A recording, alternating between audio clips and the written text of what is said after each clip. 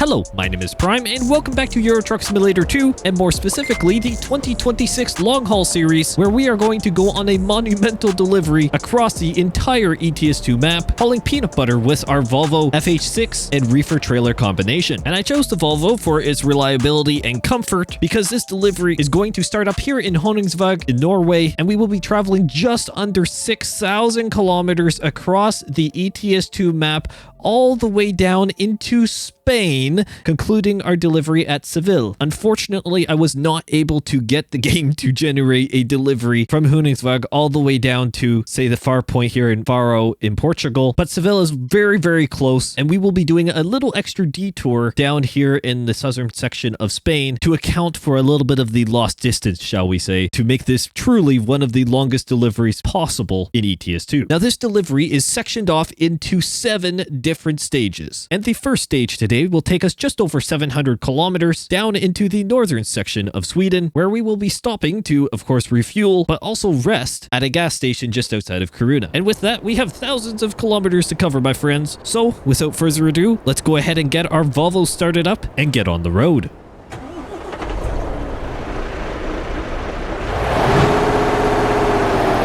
All right, let's get rolling. Hopefully everyone's doing well. I certainly am. And yeah, I'll talk about the movement here in the cab in just a few moments time, but it is absolutely fantastic to be back here in Euro Truck Simulator 2. It has been a long time, my friends. It has been a long time indeed, and even just being around here for a more showcase style delivery, which these are technically still here today.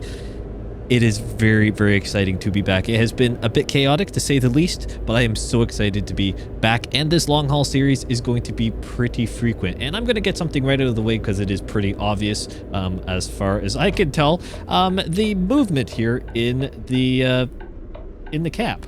Well, I'm experimenting with some, well, head tracking, shall we say? That's what it is. And so we're going to just dial it in here over this long haul series a little bit. I've been playing around with it a little bit because I happened to be sent a couple things, so you'll hear a bit more about this in the coming weeks, which is going to be exciting, and I'll talk about it a bit more as we go on here. But just keep that in mind. As you notice, things may move around a little bit more realistic feeling, at least when it comes to turning. I'm working through some of the details of the smoothness and also getting used to having something monitor my head movement. So keep that in mind as we go across this first episode here today, and also comment down below your feedback on it and what you think as I, well, progress through this long haul series and inevitably fine tune it in. What better way to, well, stress test a new system and something, well, different than to, well, put it to work. And this is going to be put to work very, very quickly. Let's put it that way.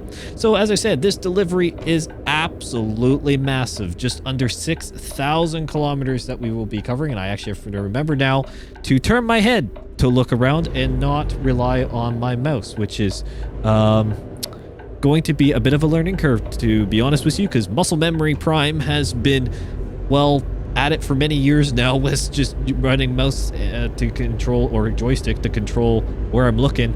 And now I've got something moving my head around, or shall I say moving the head around with my own head, whatever, you know, moving the perspective around. Yeah, this is going to be a fun challenge indeed. Anyways, this delivery is massive, just under 90 hours in game time. And so, to be honest with you, I'm not 100% sure how long this is actually going to be, but there will be the movie that will come out once this is all done, which will contain all 7 episodes of this long haul, which is absolutely incredible. That is going to be some spectacle to watch, that is for sure, and I know many of you are excited for it. Many of you have been asking for the ETS2 version of this long haul ever since I did the ATS version last year in 2025. Thank you to everyone who supported that, by the way, and that's the very reason why I'm doing it here. And admittedly, I wanted to do it in 25 and then another one here in 26 for ETS2, but we're doing the one to start off the year here in ETS2, and then we'll be doing the ATS one later this year. At least that is my plan. if not whenever Illinois comes out or shortly after because of the Route 66 corridor. Regardless, there's so much to talk about here and over the coming weeks as we complete this delivery, because it will be following a more normal format for those who've been around here a while with my episodes. Generally, around Wednesdays and Saturdays will be the main releases, and the priority will be this series, the long haul here in ETS2. However, there will be some other episodes that come up here and there depending on different types of news or content, specifically on the ATS side or other things alike, whether it be tutorials, so on, lots of things in the pipeline, or specialty review videos, again, potentially revolving around what is happening in this video right now. Either way, there's a lot on the cards here for the channel, which is really exciting, and this series will just kind of blend around it. But the fact that it's 7 episodes, you can expect it to take multiple weeks to go through. I think it's a good way to do it, considering that I will be commentating through the vast majority of these episodes, if not the entire thing. It will allow it to stay fresh.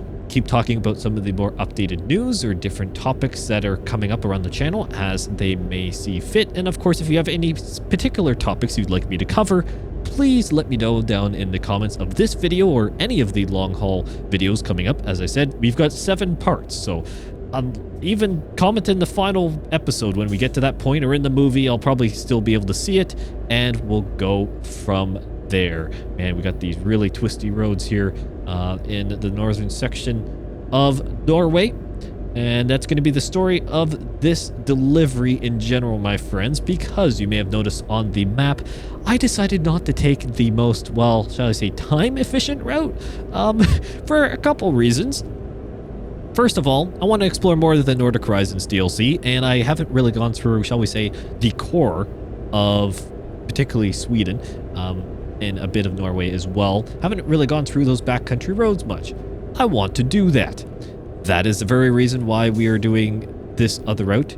Otherwise, it is to allow it to be not so highway driving all the time. My little bit of fear, particularly with this long haul across Europe, was that the vast majority of roads were going to be oh, we got a little info thing about refueling stations. Oh yes, the 1.58 update. We'll talk about that one a little bit later as well, I am sure of it. So hopefully that clears away sooner than later. Either way, I wanted to bring a better blend of highway versus more side road infrastructure into this series overall. I felt like the ATS one had a decent blend, but there was definitely a lot of interstate heavy episodes, and there will be that, especially as we get farther into mainland or main continental Europe, running through Germany, France, etc., and even through Spain. There will be a fair amount of highway infrastructure that we are cruising on, which is absolutely fantastic in the way that realistically a lot of these long hauls, if they occur, would occur. But yeah, we're gonna just for the sake of the long haul journey overall for this specialty thing, I want to try and make a better blend, and of course, as I said, explore some of the beauty that comes with the Nordic Horizons DLC, particularly the Nordic Horizons DLC throughout these more countryside regions.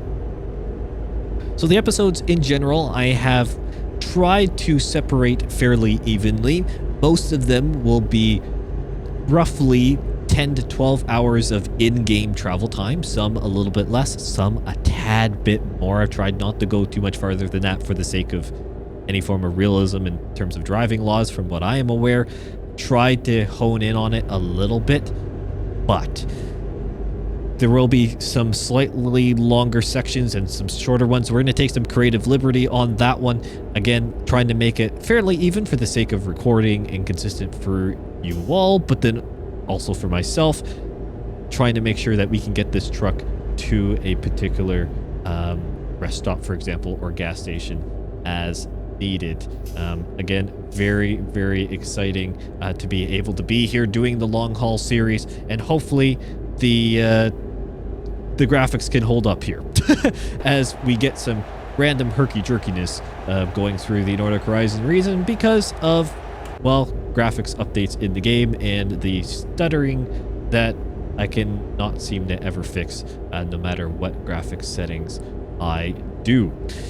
It's hit and miss. It truly is hit and miss, and I don't know if I will ever fully understand what the cause of it is. I've done so much testing over the last while, still causing some things here and there. And I might as well talk a little bit about the 1.58 update, and particularly with some of the UI changes, because obviously for those who were not aware of the 1.58 update, even though it's been out for a while now, brought in a number of different features, but one of the biggest things was it completely reworked the root advisor. So the root advisor as we knew it is no longer, and basically it has a whole widget system. As you can tell, I don't have any widgets on my screen because I don't particularly like it, but if I do hit F3, that brings up the widgets I do have enabled, which you can see is literally only the map, and it's just for me to be using that really in particular cases of zooming otherwise. But besides that, I don't really use the widgets at all, but the update also brought in some different info tips and stuff like that, to which admittedly I kind of forgot to change some of the settings on. And that is why we are going to get some really, well, so we see unnecessary pop-ups, or at least I believe I could change that in the accessibility settings. I'll have to do that for next episode. Changing that so then when we go by, say, fuel stations or rest stations, we don't get a little infographic on what that all means. Again, slightly annoying. Wish it wasn't maybe the case by default, especially for those who have existing profiles. But I understand, because there are so many changes for ETS2 and ATS on the horizon that SES Software is working at, particularly getting the game's console ready and the game, or cross-platform compatible, shall we say, so they're not running multiple different versions and styles of the exact same game. The alignment for consoles has had the pros and cons, in my opinion, to the games. I am unsure if part of that console development side of things is impacting the performance for a strangely negative way, or if it's just the quality of the maps and, say, vegetation settings that are now extremely demanding, and whatever I've tested still can't really figure it out for my PC. Not sure. It's hit and miss. Some people have noticed a performance stuttering impact that are still there. Some have not. And I will say, even on official SES Software videos, I've actually noticed some stuttering, which I don't know if that's then a good or a bad thing. And I don't believe it was the YouTube video in particular. Some of them, and as I'm really speeding here, getting some speed down the hill, some of them were, I don't believe the YouTube video itself or the recording. I think it was just genuine performance of the game, potentially, again, in work in progress states, but not always a good sign when the main videos are kind of stuttering away. I don't know. We'll have to see. Comment down below if you've really noticed too many negative impacts here in ETS2 as of late, particularly with 1.58, if it got any worse or potentially got better. I have to still work that out, and maybe over this long haul we'll see a significant improvement, shall we say, as we go on. It is going to be a lot. It is going to be a lot, my friends, to cover here, but that's very exciting. I've got lots of topics to talk about because I have been gone for a while, but of course, the games are continuing to evolve as well. Lots of different topics around the simulation world as well to get into, and some different things. And of course, you all letting me know your thoughts on different types of content or so on as we go along is always much appreciated, and of course, accepted here from my end. So I'm not going to talk about, and I mean, this is me bringing it up, so it's going to sound really contradicting to what I'm about to say, but I'm not going to talk about the specifics of the head tracking movement too much yet. And the reason is because there are a few things in testing behind the scenes that we're going to go through. So I am still getting used to it. This is actually my first, obviously, video recording it, but one of the first main deliveries I've actually done with it. But I've been highly impressed. And for the sake of content creation, I just have to try and dial it in a little bit. I feel the full capability of this is so great, and it will be so useful, but I have to try and make sure it is a little bit more, say, visual friendly for those just watching the video itself. And that is just going to be a couple extra tweaks. I don't think it's too bad. I may have to change a little bit of dead zoning on my head though, because sometimes it does pick up extra movements that I don't believe should be included. Either way, it's very exciting. More details on that to come in future episodes, and of course in potential dedicated things as well around that. But I will leave that at that, and I do apologize if anyone finds this slightly annoying to well, watch, as some of you may do. Recommend just listening to this episode then, and I know a number of you do, and that is perfectly fine. I appreciate the support either way. Either way, with that, if it is annoying for this episode, I do apologize.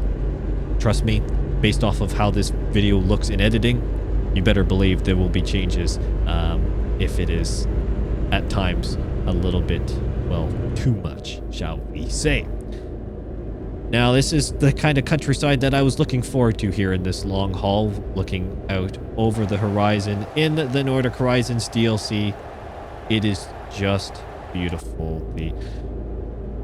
The different water bodies and so on is just incredible to witness, and it's a beautiful, beautiful DLC to own, and I'm so fortunate to have it. And I would highly recommend it to those who have not purchased the Nordic Horizons DLC. If you can happen to find it on sale, it is definitely worth the money, and honestly, even in standard pricing, I would argue that it is worth the money. It is absolutely fantastic. Fantastic indeed. So many diverse landscapes throughout the DLC. Lots of job opportunities, of course, with the plentiful of cities that can be found around. Incredible to see, and I am so excited to be able to drive across it. And the first couple episodes are literally just in the Nordic Horizons DLC, so that should show you the true scale of this DLC. The fact that, well, actually, I think basically fully the first 2 episodes are going to be in the Nordic Horizons DLC, which is kind of crazy. Yeah, it picks me up going... Oh, that truck got very close. It picks me up going right a lot easier than going left, which is interesting. Could be how I have it set up on my sim rig as well, which is also a factor. There is a lot of learning curve with it, I will admit. As I was saying before, I wasn't going to talk about the head tracking more, but I think it's just naturally going to be part of it. It's a learning curve.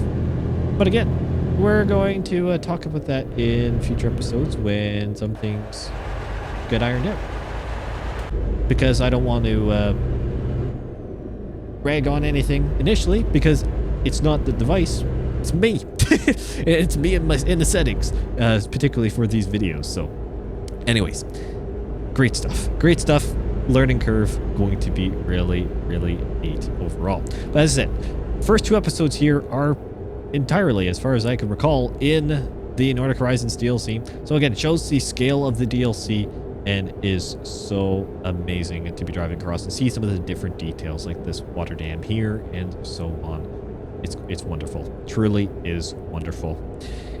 And so for this delivery, as I mentioned in the intro, we're hauling peanut butter. For whatever reason, the peanut butter is all the way up in Königsberg, and we're going to take it to Spain for whatever reason. But that's the logistics job that we have, and we're not going to complain, and it pays well. I think this is around $250,000, and that is no mods, by the way. That is legitimate ETS2 through and through gameplay. And for the actually fact of the matter, reminds me here, good segue, Prime.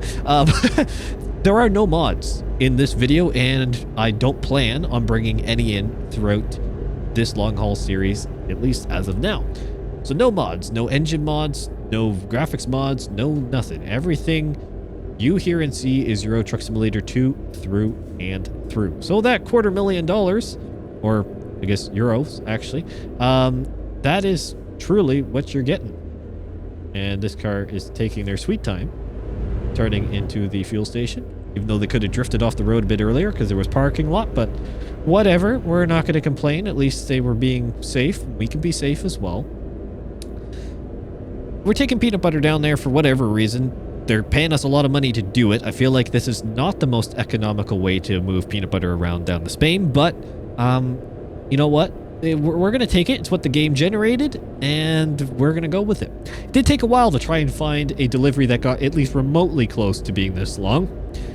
Big shock surprise. It's not too often that the game gives, well, crazy long deliveries like this. Of course, you have to have all your experience points maxed out to even be potential, especially on long distance, to be even remotely considered to have this type of delivery pop up in your job feed.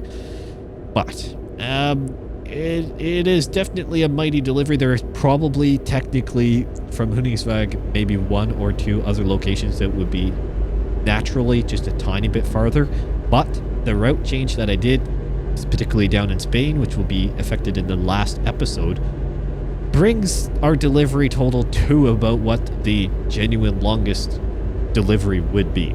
And that was my whole point. So this is one of the longest deliveries possible in 2026 for ETS2. Now, that also leads into some of the other topics, which I'm going to talk about now. Iceland. So the Iceland DLC, as far as we know, is coming up here for ETS2, at least at some point. And it is obviously an island, for those who may not happen to know about the geological standpoint of Iceland, or geographical, I guess. I guess either way applies, but geological, there's a lot of rock, and geographical is an island. And local regulations, thank you very much. Appreciate that info thing. So we head into Sweden, I think, or actually maybe we're crossing a little bit into Finland, actually. That could be the case. Okay, I'm just gonna continue through here.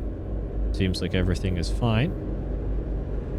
All right, green lights all the way. I think it's actually Norway, a little bit of Finland, and then into Sweden, if I am correct.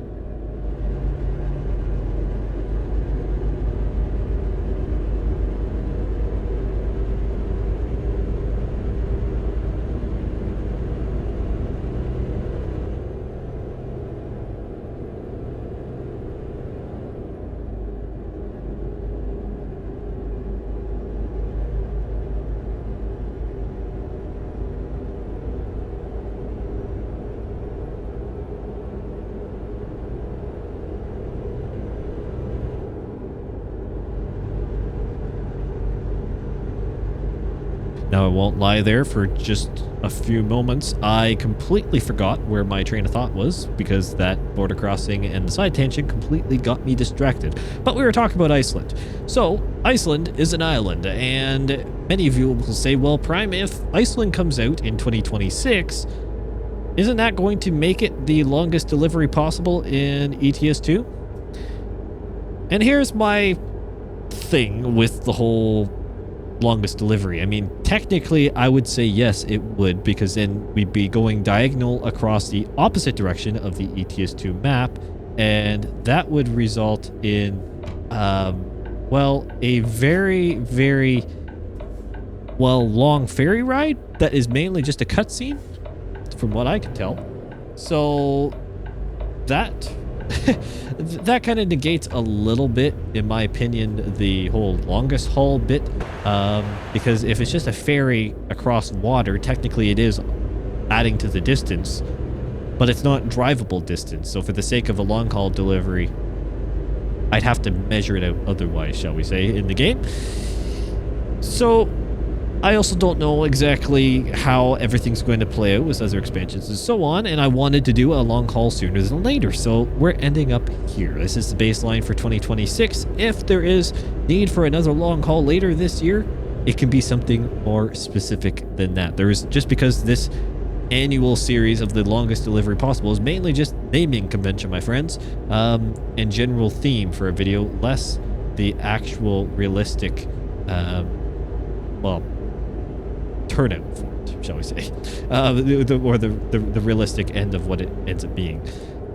It's just a theme. It's a theme and a title naming thing for the sake of the channel, and I am just going to kind of roll along with it every year because it's kind of fun to see where things generally start to move along to.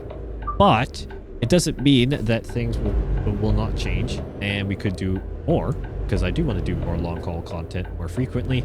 It's really quite fun to do. So that's the plan. Anyways, with Iceland, it's up for debate on truly if it would be a longer delivery than what we are doing today or not for in the ETS2 map. So I decided, besides the other factors that I alluded to, I just want to do a long haul, and so I thought, let's do it now. But Iceland is on the horizon, which is very, very exciting. And that we've been learning a little bit more news about it, some of the different towns in the country itself, and then of course a little bit of the roads, like the famous ring road, for example, that goes around the island itself, and some of the different infrastructure that we can kind of expect to see in the DLC.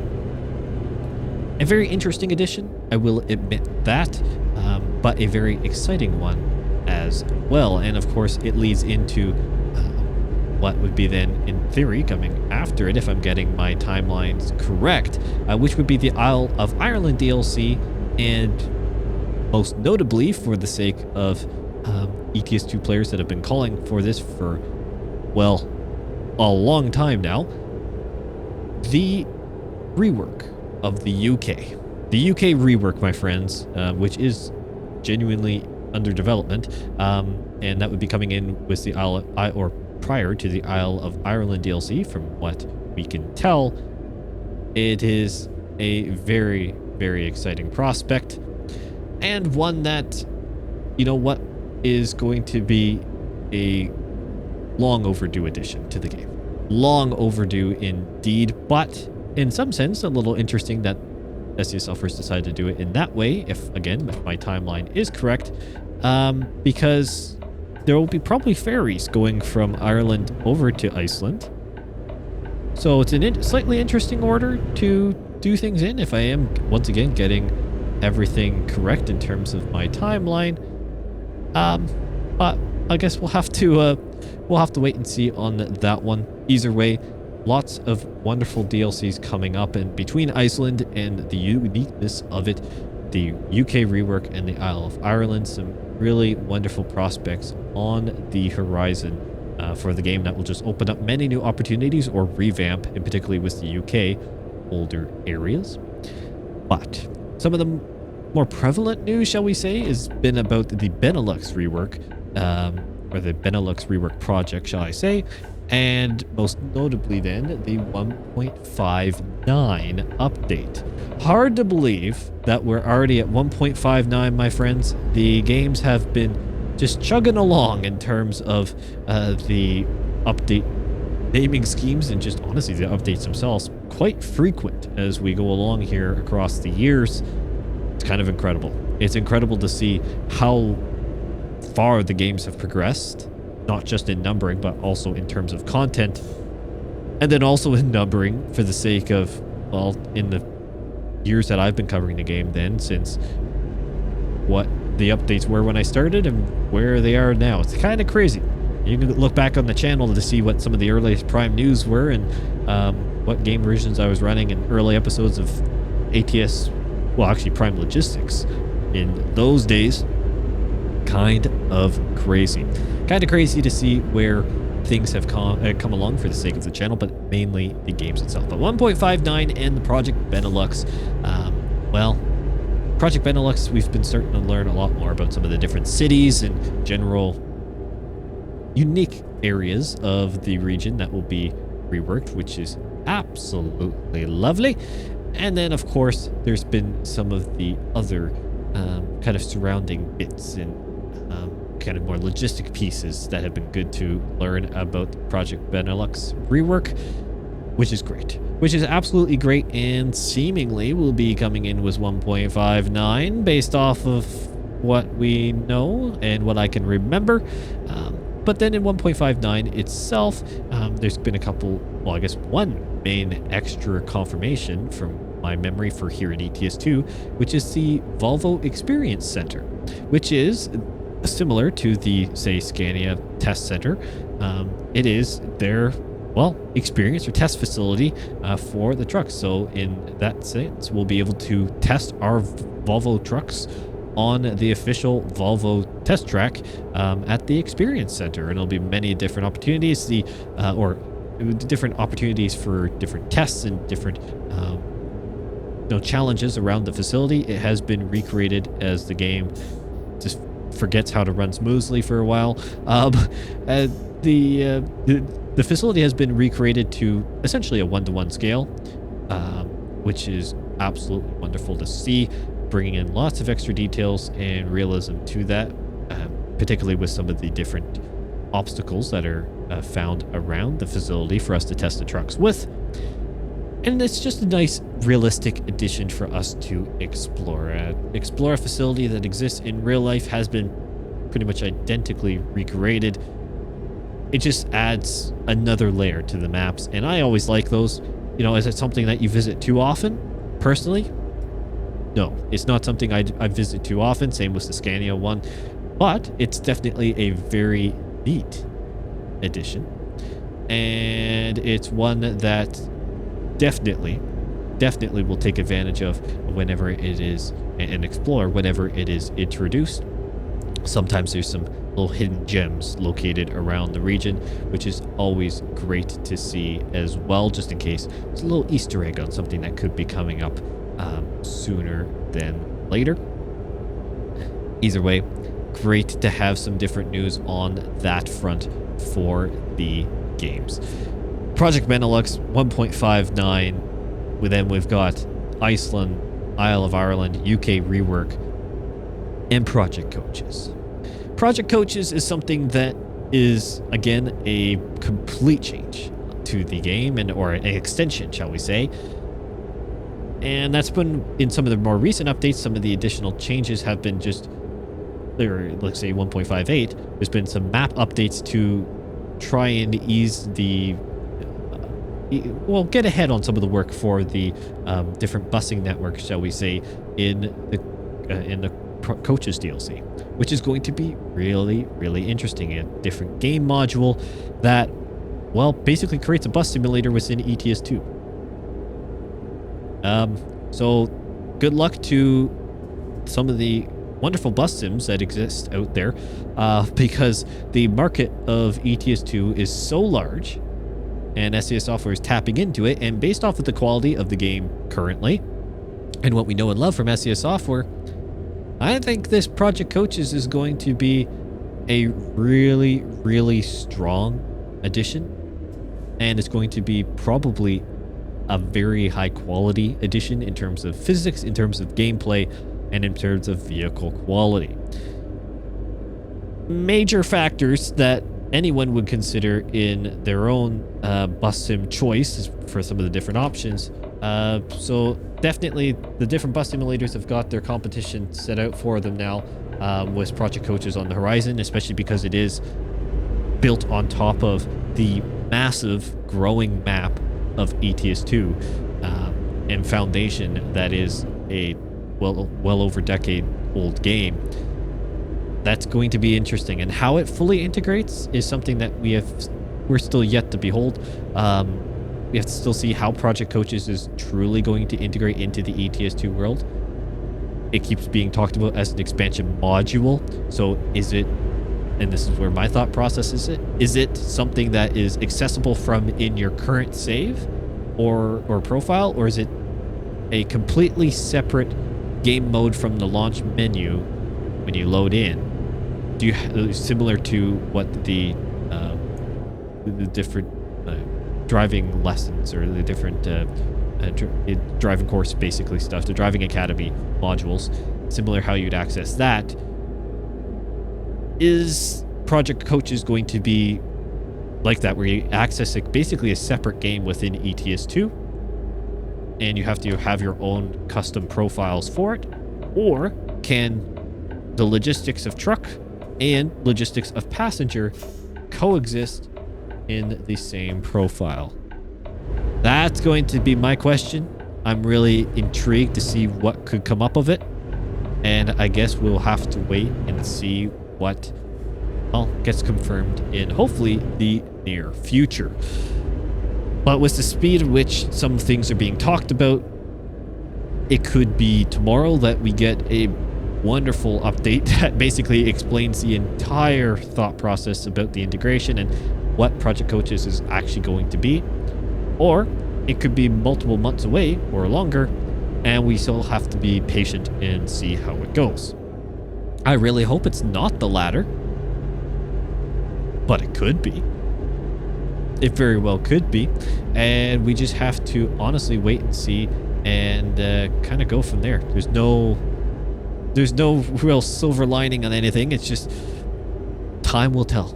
Time will tell, but Project Coaches is looking really exciting. Some of the different buses that have been confirmed, from the Volvo to the MAN to the Scania, if I am correct. All 3 have been confirmed, or if not, have popped up in different screenshots.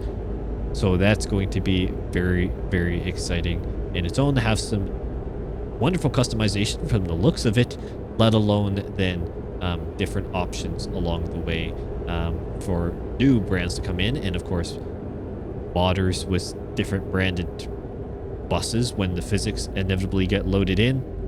Lots of opportunity that comes along with Project Coaches, not just the coach system themselves. And ultimately, if there are sections of the gameplay of Project Coaches that it isn't fully fledged, I'm sure SESoft will add it in over time. But if not, the wonderful modding community within the games, I'm sure, will get their hands nice and dirty with Project Coaches and try and step in and make things, well, more community focused if it isn't from the onset. I highly doubt SESoft will essentially ignore any form of community feedback or thoughts, because it has been obviously something talked about so much for so long now since it's been confirmed. And so many comments in different live streams and on videos and so on, asking about Project Coaches updates or giving ideas, and on blog posts, posts and comments. There's been a lot of feedback, positive and maybe even constructive, on some of the aspects of Project Coaches and some of the fundamental ideas that have been already explained a little bit. So I doubt they're going to just ignore all of that and just kind of run their own course. They will, I'm sure, integrate part of the community feedback wherever possible into it. And we are running out of fuel, apparently. We are? Where's the... Oh, we are. Yeah, I was looking at the def a while ago. Okay, we got like 280 miles. At the stop sign here, we are just going to take a cheeky look at our GPS and see what goes on. So let's just quickly look at our GPS. We are literally around the corner. That is exactly what I thought. I thought we were really close based off the time in which we have been driving for. So in that sense, looks like my distance for these deliveries is going to be right on right on cue. Oh yeah, if I would have gone around the corner, I would have seen my waypoint, which is absolutely fantastic. Yeah, it's definitely, I think I nailed that. I honestly do think I kind of nailed the distance there. It's almost like I've been doing this for a number of years and I kind of have an idea how long it takes to drive some of these in-game times and what the fuel economy of some of these trucks are. Hence the reason why we're driving this Volvo. As I said earlier, we need something reliable, nice and quiet, so it's not annoying us as we're driving along with the engine noise, and something fuel efficient to haul this peanut butter along. So at least we're nice and close, and we'll be wrapping up here into the evening, because it is, well, it's actually about 9:15 or so in-game time in the evening. So definitely getting a little bit later, but definitely not too late either. Good timing to be able to stop, get some food, and refuel, obviously, but then get some rest for the next episode, which is absolutely amazing. So just up here, go around the roundabout again, And I think it's around about there, actually. Not quite sure. Looks like it, based off the map. Yep, it is. And we'll head into the rest station. And that will be leg 1 of the longest delivery of 2026 here in ETS2 complete. But anyways, Project Coaches is going to be a major change. We'll talk about it more in upcoming episodes, and I do hope we get more information on it very, very soon. Because as I said, it is a big feature. A feature that many people want to know more about as I hit the curb. Don't mind me. And I do hope that we get more clarity, so then some of the questions go away. All right, let's go ahead and shut off the truck and refuel. Diesel price is £1.50, or not £1, €1.50. My apologies.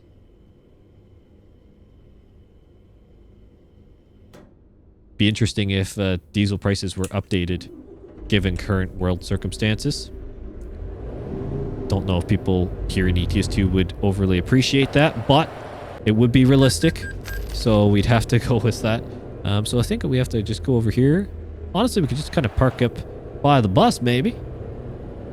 Well, you know what?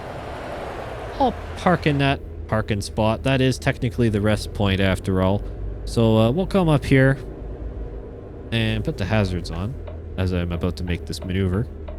And we're going to go here because I don't have stuff set up correctly yet with the particular tracking to be able to turn right outside the window. And we are going to back up into the spot. Hopefully not scratch up the other side of our trailer too much. But just like that, oh, we're fine.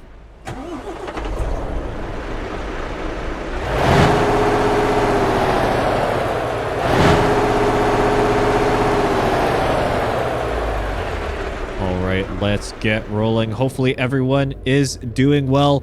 I certainly am. It is absolutely fantastic to be back here in ETS2. We got to try and get out of this gas station here in a semi-decent fashion as we kind of take out the corner, but that's okay. We're going to go ahead with before the coach bus nearly takes us out. It is great to be back here in ETS2, and well, I'm going to start off today once we get on the road here talking a bit more about where I've been, because I will admit I left a lot of you in a big old hopium in the last episode where I came back for part 1 and then immediately kind of went back on a hiatus, shall we say. And so just when we get around these roundabouts, I will then get onto that. But we have a number of topics to talk about today. There's been some extra news for ETS2. I'm going to dive into the head tracking and kind of some of my thoughts on it. And we'll get into that in a little bit and some of the testing I've been doing as of late as well. But let's start with the big ticket item. Where have I been and what has been going on in 2026 to leave, well, multiple delays to many launches and stuff that I thought was going to be out by now, and just what's going on. I'm going to be honest. So over the last number of weeks especially, but even a bit longer than that now, I've been in a point of transition when it comes to my career. And so as many of you who've potentially been through that could maybe guess, there's been a lot. It's been a lot mentally and physically and so on, just trying to get everything wrapped up and kind of transition through. And now things are starting to finally stabilize and allow me to really focus on this again. Again, for those who have potentially changed jobs before or had a point of transition in their lives like this, it can take a pretty good mental toll on you, and it honestly becomes pretty difficult to sometimes pick up things like this, and in particular, well, creating content. Many of you may or may not know that trying to commentate through videos and do this, even though it is my true, genuine passion, and I love it, and it kills me not to be able to do it more, or at least it has been killing me not to do it more. There comes a point where just my energy is tapped. My mental ability, my just ability to mentally form sentences and keep thoughts somewhat straight. Many of you will know that it is hit and miss, shall we say, if I can keep conversations and topics flowing through nicely, regardless. it has been a bit of a challenge with that on that front. There's so many things in my mind, and it's been hard to keep things straight. But as I said, things are actually genuinely starting to settle out now. So without trying to give too much hope, because ultimately things can still change, I have a 90% feeling, let's call it that, a very, very confident feeling that at this point, things are starting to go back to normal around the channel, which is great. I have more creative capacity, shall we say, to be able to do that and touch on some other things as well. So then that means the big launches that were coming up and pretty much are then done, I can then refocus back on them and get everything moving through. It honestly became a point where I just had to, if I did have free time, or I guess shall I say when, of course I was working on some of the things behind the scenes where I didn't maybe have to do the commentary side of things, but I also just had the time to take some time and just focus on some other things in life as well. I am not a full-time content creator, and even though this is a major passion, it's not the only passion that I have. And so there's some other areas that honestly either needed my attention or I just wanted to put more attention to, because I really hadn't been doing that as much as I admittedly would have wanted to. So that's the scoop there.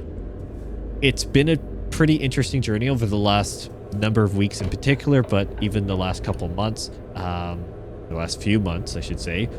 But the more stable side of things are now finally in play, and I have a more clear direction on where things are going moving forward, which is fantastic because that in the personal side of Prime also then translate directly through to then this, where I am still Prime. There's no change there, but it does translate through to this because it brings more stability, more just honestly, it feels like more free time, even though if it may not actually be more free time.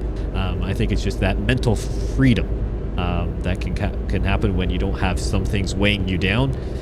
That is definitely a factor, and I appreciate everyone who has been sticking through, commenting, saying, hey, where have you been? Or finally, when I make a community post, like I laughed the other day when I put out a community post on, I guess that would have been Springfield in Illinois in ATS, which we'll get back to ATS very soon. Be like, finally, it seems like you remembered your password. Well, I mean, honestly, a little bit. I didn't actually ever sign out, and I kept an eye on everything going on around here on the channel, but it's that same premise, though, where I pretty much just said, peace out, really, and I just could not get recordings done the way I wanted it to. It is unfortunate, but again, we're back. I'm very confident that things can go back to a more normal schedule. Illinois on the ATS side of things is seemingly coming out very soon, which is going to be very exciting. So there'll be definitely coverage on that front, let alone continuing this long haul series, which is broken up over 7 different episodes. It's going to be crazy. And if you're watching this in the movie, well, you don't have to wait between the first episode and this episode. You can just watch it all through. So for those enjoying this journey all in one, all power to you, and also thank you. And thank you once again to everyone who has been supporting the channel even through this. Your comments, your dedication to watching videos, past videos mainly, it is humbling for me to see, and I appreciate this community through and through, and I cannot wait for what the future holds, because more content like this, new opportunities are awaiting in the future as well. I cannot wait to continue on this journey here with Prime Simulation. So I'm going to talk about, before some other big news here in ETS2, the thing that you've been noticing a little bit here in this video thus far was the head tracking, and something that I definitely hinted at or talked about, I guess, a little bit in the first episode where I tried it out. It was the very first episode I tried it, and I have done a little bit of testing in the time between when I did get a chance to try and smooth out just a little bit And it's going to be something that I still play around with, I think, a lot, because I only have the horizontal axis and the zoom in axis working, nothing vertical or other lateral movements, just for the sake of simplicity here. Also, the position of the webcam that goes along with it isn't maybe the greatest or most ideal, shall we say, for calibration. So I'm working on a solution for that given my setup. So the head tracking was graciously sent to me by Beam Head or Eye Tracking. Beam Eye Tracking. So they sent me a copy of the software that you can pick up on Steam to try out and just see what I thought about it. And yeah, just honestly use it. Just kind of put it through its paces and see how it goes. Now, so the software relies on you having a webcam, or I believe you could even hook it up with like your phone, for example, but a webcam of at least 720p 30 frames per second. But my webcam I actually picked up for this, I got a new one that does 1080 60, can help smooth it out a lot. And I will admit, it's still not in an ideal placement for what the software requires in terms of angle to be. I run a very large display now, and so it's set, so it's actually like 50-inch TV, but it's set in front of me, and it's set up a lot higher than it should, so it's not fully calibrated to the best. So that's why the vertical head movement I haven't been using yet, because I'm still working on a new placement for the camera. I'm going to try some stuff out to see if I can pull that down until some other sim rig upgrades happen, which could be happening soon as well. Regardless, it's honestly a very impressive piece of software. You can pick it up on Steam if you wish. It's, you know, I think it does come on sale occasionally, but honestly, very, very impressed by the software so far in its capability and the customization. There's some community profiles, so you can look and find people, and I should have actually gone into the right lane. Sorry about that AI car on the inside. Make sure no one else is coming up there before it all merges back in. It's very, very impressive, I must say. I was impressed right off the bat just how natural it works, and in a recent update to the software, you don't need to use OpenTrack or anything like that. It's built right into the software. So in Steam, say you pick it up, you can then install it. You just go through the standard setup process with your webcam, do the calibration, customize the controls however much you want. You can do it live as well while you're in games and stuff. You can open the panel up as well, and we actually have to turn left here. So let's go ahead and do that. But some of the sensitivity and so on, I'm still working out because it sometimes just flicks its way around. Again, my setup is not fully ideal for it. Regardless, the setup itself is very, very straightforward. And yeah, it just worked. You plugged it in and you loaded everything. Once the setup process and calibration was complete, opened up American Truck Simulator, Euro Truck Simulator 2, a ton of other simulation titles, and it just works when you're in the interior view. It just starts tracking. I am only using the head tracking portion. You can enable eye tracking as well. So you can either choose to have eye tracking only, you could do head tracking only, or you can use both. I personally like the head tracking to start. Again, the angle that it's pointing down at me, it's not getting my eyes the greatest. I also have glasses, so it's a pretty big factor there, and I think it's getting a bit of a reflection, so it doesn't always pick up my eyes the most reliable, but it does a pretty stinking good job considering well, the angle and my glasses. So I honestly can't complain too much. The water there looks beautiful. But the head tracking has been working really well, and I'm just trying to dial in how much head rotation I actually need, particularly for content creation, and how much of a dead zone to have. And honestly, with having this, I realize now how much I move my head during recordings, a whole lot more than I would have thought. Is that just a warning?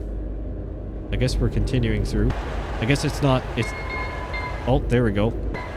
I guess it's closing now, so that was an early warning. Well, that's good to know. I realized how much I actually move my head during these recordings. So that's interesting. So I'm trying to learn that one out a little bit. It's almost like with the commentary, the many years it took for me to filter out a vast majority of the random fills. I still do the likes and ums and so on, but given that's human nature. But it's a similar aspect to that, kind of picking up on little things that you do that you wouldn't notice until you have something monitoring you and then replicating those movements. So I'm doing a lot of fine-tuning for the sake of content creation. If I wanted full accuracy, the settings I think would be very different and more free, but for the sake of videos, I do not want this so limiting, shall I say. It's or it is so free because it can be a little bit too much, in my opinion. It's just, if you have too much quick movement, I feel like it's hard for everyone to follow. It's nicer to have a little bit more staticness to it, shall we say. That's my opinion. That's what I gauged off the first episode. Now, I know many of you liked the first episode that I used with it, which was part 1 of this very series, but I feel like having it too, shall we say, whippy back and forth with the camera pans, I think it'd be a little bit too much. So I'm trying to dial in the sensitivity. But for example, you go to exterior view, then your mouse or joystick, whatever you use, works perfectly fine. Head tracking does not work. It integrates beautifully with ETS2 in particular here, ATS, etc. It just works on the interior view right away. No extra configuration required. It's honestly fantastic. I am so happy to finally have head tracking. I've been calling on it for ages. And sure enough, here we go. A wonderful software solution that doesn't break bank. I think it's about $30 if you don't happen to get it on sale. And it just works with, if you have existing hardware, fantastic. If you need to pick up a webcam, you can get really cheap webcams on, say, Amazon or wherever you want that are decent quality now. It's really all you need. It doesn't need to be anything too crazy. 1080-60 is kind of, honestly, your sweet spot probably for most people. 1080-30 works, or 1080-30 or even 720-60 or 30 will work too. But the biggest thing is just trying to make sure your lighting is fairly consistent at least. If you can try and avoid really dark rooms with it, or say having a bunch of glare and so on, if for the sake of eye tracking especially, it's all just room setup that really helps it a lot. Luckily my setup is pretty decent. Man, that guy rocketed off the line here. So it's honestly really impressive. I'm really happy with it. It's going to take time to fully get this thing set up, but thank you to the makers of beam eye and head tracking.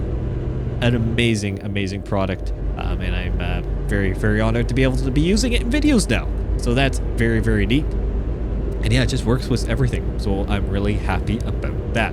But bear with things as we go here across this series. As I mentioned in the first episode, most likely you'll notice a pretty stark difference between the first episode and the last episode in terms of the head movement.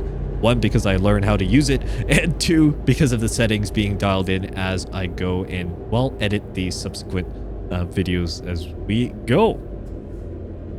As that truck makes a very, very interesting move, shall we say, into that little driveway there.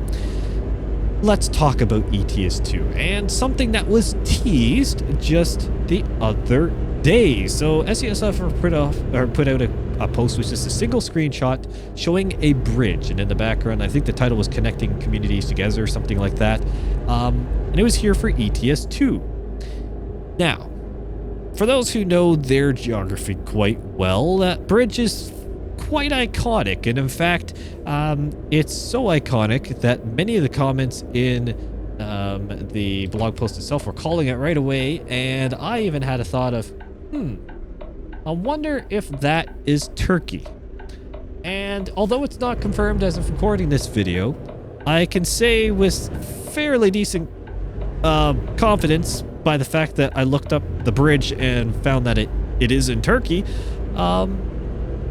that's probably a major sign of a Turkey DLC finally expanding, I guess, further into the Turkish landscape. that is seemingly on the horizon? Question mark? So although not confirmed, the fact that that bridge is there is a very telltale sign that we're probably going to be going pretty deep into Turkey and could be pretty much the whole country in one shot. That would be fantastic. Something that has been called on in the community for so long to continue moving east. And unlocking Turkey, for example, and this is very much a Turkish teaser, shall we say, in terms of what that post was. I really don't see it being any other country other than Turkey, considering the bridge is literally in Turkey. But the prospect of that DLC is massive, right? Fantastic, called upon for so long. So many people would be so excited to have that finally confirmed, and it seems like it's inevitably coming. But for me, one of the biggest factors is that it really unlocks the East in general. So far, SES Software has been really checking off a lot of the boxes on a number of other areas for where the maps have been going. For example, we're hitting Iceland, we're getting Isle of Ireland, UK rework is finally being done. So that section of the ETS2 map is finally being filled out.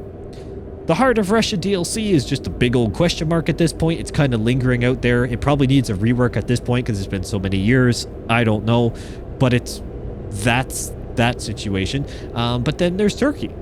And again, Turkey opens up a whole new avenue for moving east as well. And I feel like that's the direction where ETS2 is going. Obviously, kind of then moving into more Middle Eastern regions, or just Eastern regions in general, I should say, but still kind of moving out of main continental Europe. So that's really interesting, and very exciting. Comment down below what your thoughts on that teaser are, and if you're watching this well in advance, or well in the future, I should say. I guess advance would have, well, advance is the opposite. Well in the future, there you go, Prime, you got it right the first time. If you're watching this well in the future and say Turkey is confirmed or even out, well then, I guess you could still comment and say, yep, can confirm, it's all good. But if not, for those who are watching this video prior to that, comment down below what you think about that, and what are your thoughts for the direction of ETS2 moving further and further into the future? Where do you think SES Software is fully going to push the bounds of ETS2, and are they actually going to stop at any point? Is there going to be another line to, like, for example, an Asian truck simulator? Are they going to do that, or are they going to put it all underneath the ETS2 umbrella? I want to know your thoughts on that. But talking more about Turkey, I know that it's been a long-standing region in, well, ETS2 that people have wanted SES Software to expand into. I guess since it's been kind of dabbled in with the is it Going East DLC? I can't remember which one it is that that actually did that, to be honest with you. But one of the DLCs I think kind of touched up near Turkey, or just a little bit into it, just a tad. Similar to what is the situation with Russia. We technically have a few Russian cities scattered here and there, but nothing too crazy. And that's what the Heart of Russia DLC was supposed to do, punch farther into the heart of Russia. But again, it's been talked about for such a long time, similar to Project Coaches, and, well, for the sake of having coach buses coming into ETS2, that it's going to be a pretty monumental day when that is actually officially confirmed, for the sake of the full launch, but then especially upon release, because there have been so many people waiting many years for that to actually happen. And I'm really excited to see that it is going on. It's a wonderful region of the world, and it's going to be, I'm sure, quite breathtaking to go across the Turkish countryside and explore some of the really unique infrastructure that's around there, let alone, again, the landscapes and the different industry types that I'm sure we'll be able to haul to and from. So that's big on the map side. And we're going to continue actually with a update that's coming up, 1.59. Yes, believe it or not, 1.59 update is on the horizon here, my friends.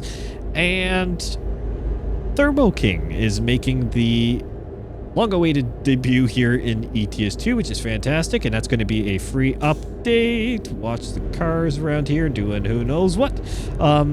It's making a nice debut here in ETS2, so we'll be able to now put Thermo King refrigerated units on our box trailers, I guess our reefer trailers or insulated trailers for that matter, which is really, really exciting. It's a great brand to have come in, and happy to see it over here in ETS2 finally. And yeah, nice part of the 1.59 update. There's also a tow to road option coming in 1.59 as well. So instead of going to the nearest, nearest service station, that's the word I'm looking for, we'll be able to just reset onto the road. And I feel like that somehow should have been in the game a long time ago. I feel like the whole go to a service station directly thing has been kind of overkill for many, many years. I've always wanted just an option to reset to the road in the standard game itself without needing to use the developer console and just teleport yourself around. I mean, admittedly, I do that because I have that enabled for content creation reasons, but I know many of you don't, and also just simply do not need to. Nor want to, and it's just, it would be really nice to have that, and it will be nice to have it because it's finally coming in. So tow to road is a nice, I think, quality of life feature that many of us will probably use a lot more than we want to admit, and I think it's long overdue as well. But I want to talk more about Project Benelux because we've had another little blog post on it with different city included, and I've lost off the top of my head what that city actually is, but just follow along me with my thought process on Project Benelux and the various reworks at play. We've got Project Benelux, and we've also got the UK rework confirmed as of now, and I don't believe I'm missing any, and if I am so sorry. Roast me in the comments. But as far as I know, those are the only two going on right now, because we had the Germany rework was done already.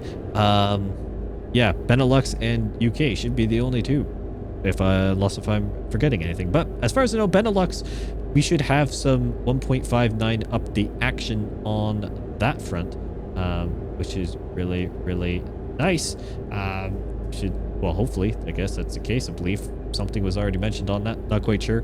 Either way, we've been getting more news on it recently, and it seems like that's where we're going there. Fantastic. Wonderful region. I'm so happy with these reworks. UK rework is similar, in a similar boat, but a little bit different. We'll get on that in just a second. It's reworking the old areas of the map, something that not many developers would do, but a huge testament to SES Software and their commitment to the game long term.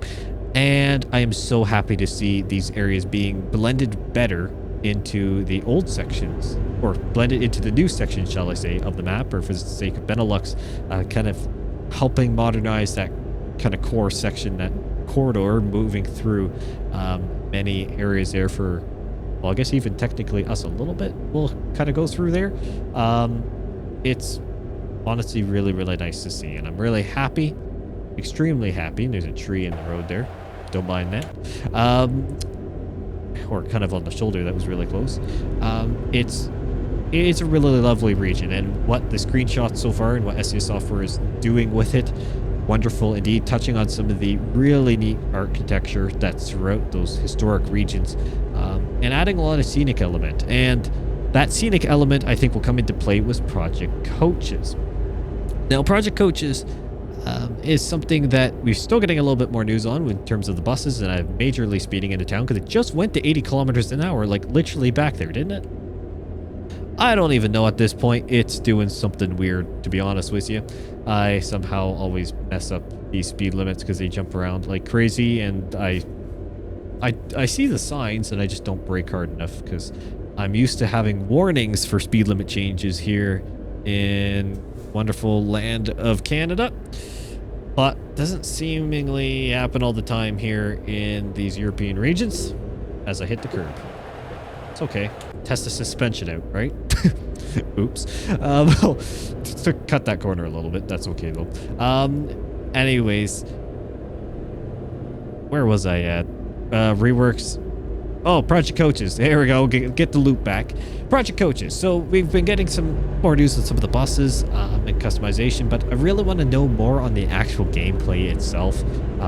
Particularly, I'm interested if we can have coach buses and trucks exist in the same company career. Maybe that has already been answered, and if it has, please let me know. I may have missed it in an SES Software live stream because admittedly I can't really catch most of their live streams, which sounds bad of me to say, but life happens. I want to know if it can coexist, because that would be an interesting element to the DLC, because we'll be using the same map, we know this. But is it going to be like the driver training course modules where it is a proper separate module, or is the quote-unquote DLC module coming in with Project Coaches going to be a brand new addition where at the same, say, truck dealers for the different brands, we can also get the buses as well? And then we have the option of having freight and passenger transport all within one logistics company. I think it would be interesting, but I understand if SES Software goes the route of having separate, basically, functions within ETS2. Now, at that same point, I feel like then, essentially, why not create a Eurobus simulator, for example, and just do a copy-paste of your map and just update the game either way? Do you then need dual copies, essentially? I'm unsure on that front. Like, why have the module added to ETS2 in particular if we're not going to integrate it better? That's a good question. And actually, I just had a random thought. Did I just pass the gas station I was going to stop at? Indeed, I did. So you know what? I think I'm actually going to do a slight route modification because this episode has been going well. We're going to head into this gas station here, just a little bit farther down the road, an extra 100 kilometers or so, take an extra couple hours in game, and I should have enough fuel by the looks of things. Oh yeah, we got plenty there. We are fine. So we're gonna go ahead and just kind of update it a little bit. Update the route live, because I put checkpoints in, and nice beautiful big screen here, and I still can't manage to stop at the right point, but that's okay. We got lots of fuel. We'll stop at that station, and we still got good daylight as well, so it's 4 o'clock in the afternoon, so we'll continue on and we'll be just fine. Anyways, when it comes to Project Coaches, I feel like it needs to be more integrated to still be kind of classing it as ETS2 in general, without it feeling kind of awkward of having a full separate bus simulator within the game. But I don't know. Let me know your thoughts on that one. I think many of you would agree with that. I'm very excited to have them coming, but I'm just a tad bit confused on how it's going to be integrated more naturally into ETS2 itself. I have full trust in SES Software that they're able to do it. I'm genuinely intrigued on how they're going to simply do it. But yeah, we gotta head over here. We'll get on the highway, and then we'll, or I guess the more kind of regional road, and we will, as that car turns out in front of me, which is fantastic, and then we will get to the next gas station. We're gonna make a sharp left turn. There we go. Yeah, I guess it's a highway that's going down into just a standard regional road. I guess it's all condensing down. Okay, we got traffic, lots of traffic, but I think the right lane is free. Yeah, that truck back there is being very kind and waiting. Anyways. You know what? These episodes, I really like just to be able to have some flexibility in it too. Yes, I have my kind of pre-planned route, but I didn't drive this beforehand, people. So there are going to be times where we can make some amendments, and I should have... Okay, I'm going to get by this guy. I'm so sorry, truck. I'm so sorry. Okay, never mind. He's just going. I should have put the brakes on a long time ago. Yeah, you can honk your horn at me. That was a big douche move on my front. Yeah, sorry about that, lad. Yeah, that one's on me. I'll put my hand up for that one. I was distracted thinking. At least the amount of times the AI cut me off and do stuff, I can have a little bit of I can cause them some pain back, because they do that to me all the time in very similar maneuvers. So taste of your own medicine there. A little bit of prime road rage while you're at it. Anyways, where was I going with this? I want to still have some flexibility in the route specifics itself. So that's why when it comes to something like this, we'll just push it along a little bit. Creative liberty, right? We got the fuel to do it, because this Volvo is fantastic on diesel, and we technically got some daylight to do it. So we're going to take advantage, because even though I'm basing it off, when I create these leg sections, I'm trying to base it off of a general time between the two. And admittedly, this one was actually one of the shorter legs of the whole thing, besides I think the final one. But it's one of the shorter sections. I will fully admit that. The fact that it's all still within the Nordic Horizons DLC is pretty telling, my friends. Just shows you the expanse of said DLC. But it needs to have some flexibility, and that's why I think what we're doing here is going to be good. Just push it down the road just a little bit, kick the can down the road, just to be able to extend our delivery a little bit. And the next leg was fairly decent in length anyways, so it's all going to work out when it's all said and done. And if we want to go farther next episode, we can go from there. I think it'd be episode 4 was a really long drive. So if we can add a little bit here, maybe add a little bit on the next episode if the highway driving, because we get more onto standard highways next episode. If we can take a bit more time and cover more distance there a lot better and more efficiently, we may take advantage of that and hit some of the later architecture or later rest stations and gas stations along the way. Just prepping for a couple of the core stages going across mainly Germany and into France.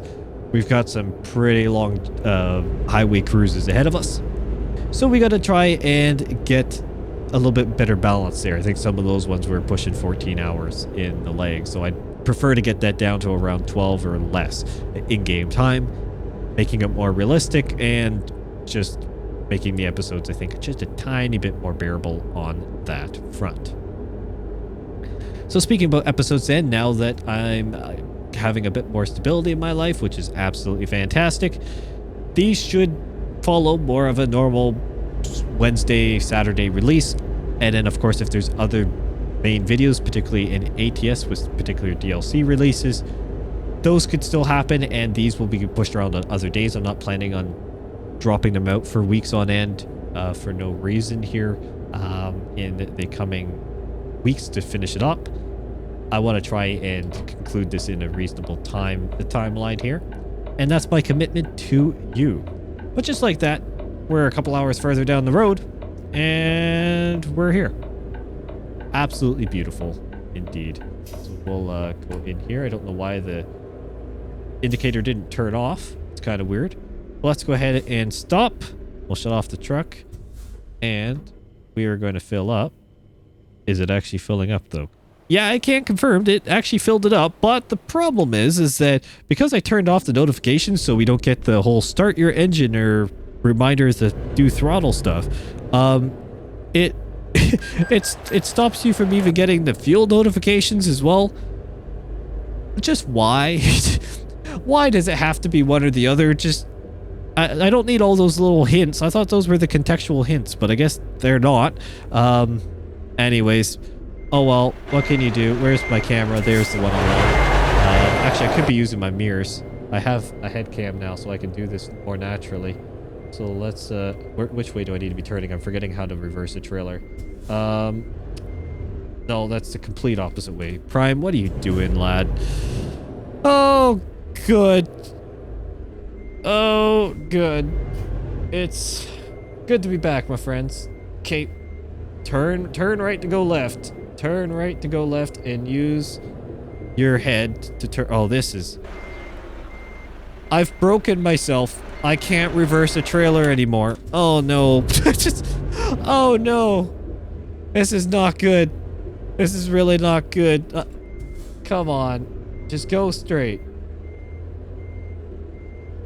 There we go. Why did I somehow manage to break myself at reversing a trailer? It's the most intriguing thing ever. Come on, turn all the way around. It's still not fully straight. I'm still on an angle. But you know what? I think we may just pull ahead so you can't see that truck. And we're just gonna park here. Thank you all so much for watching. What a fantastic episode. Great to be back.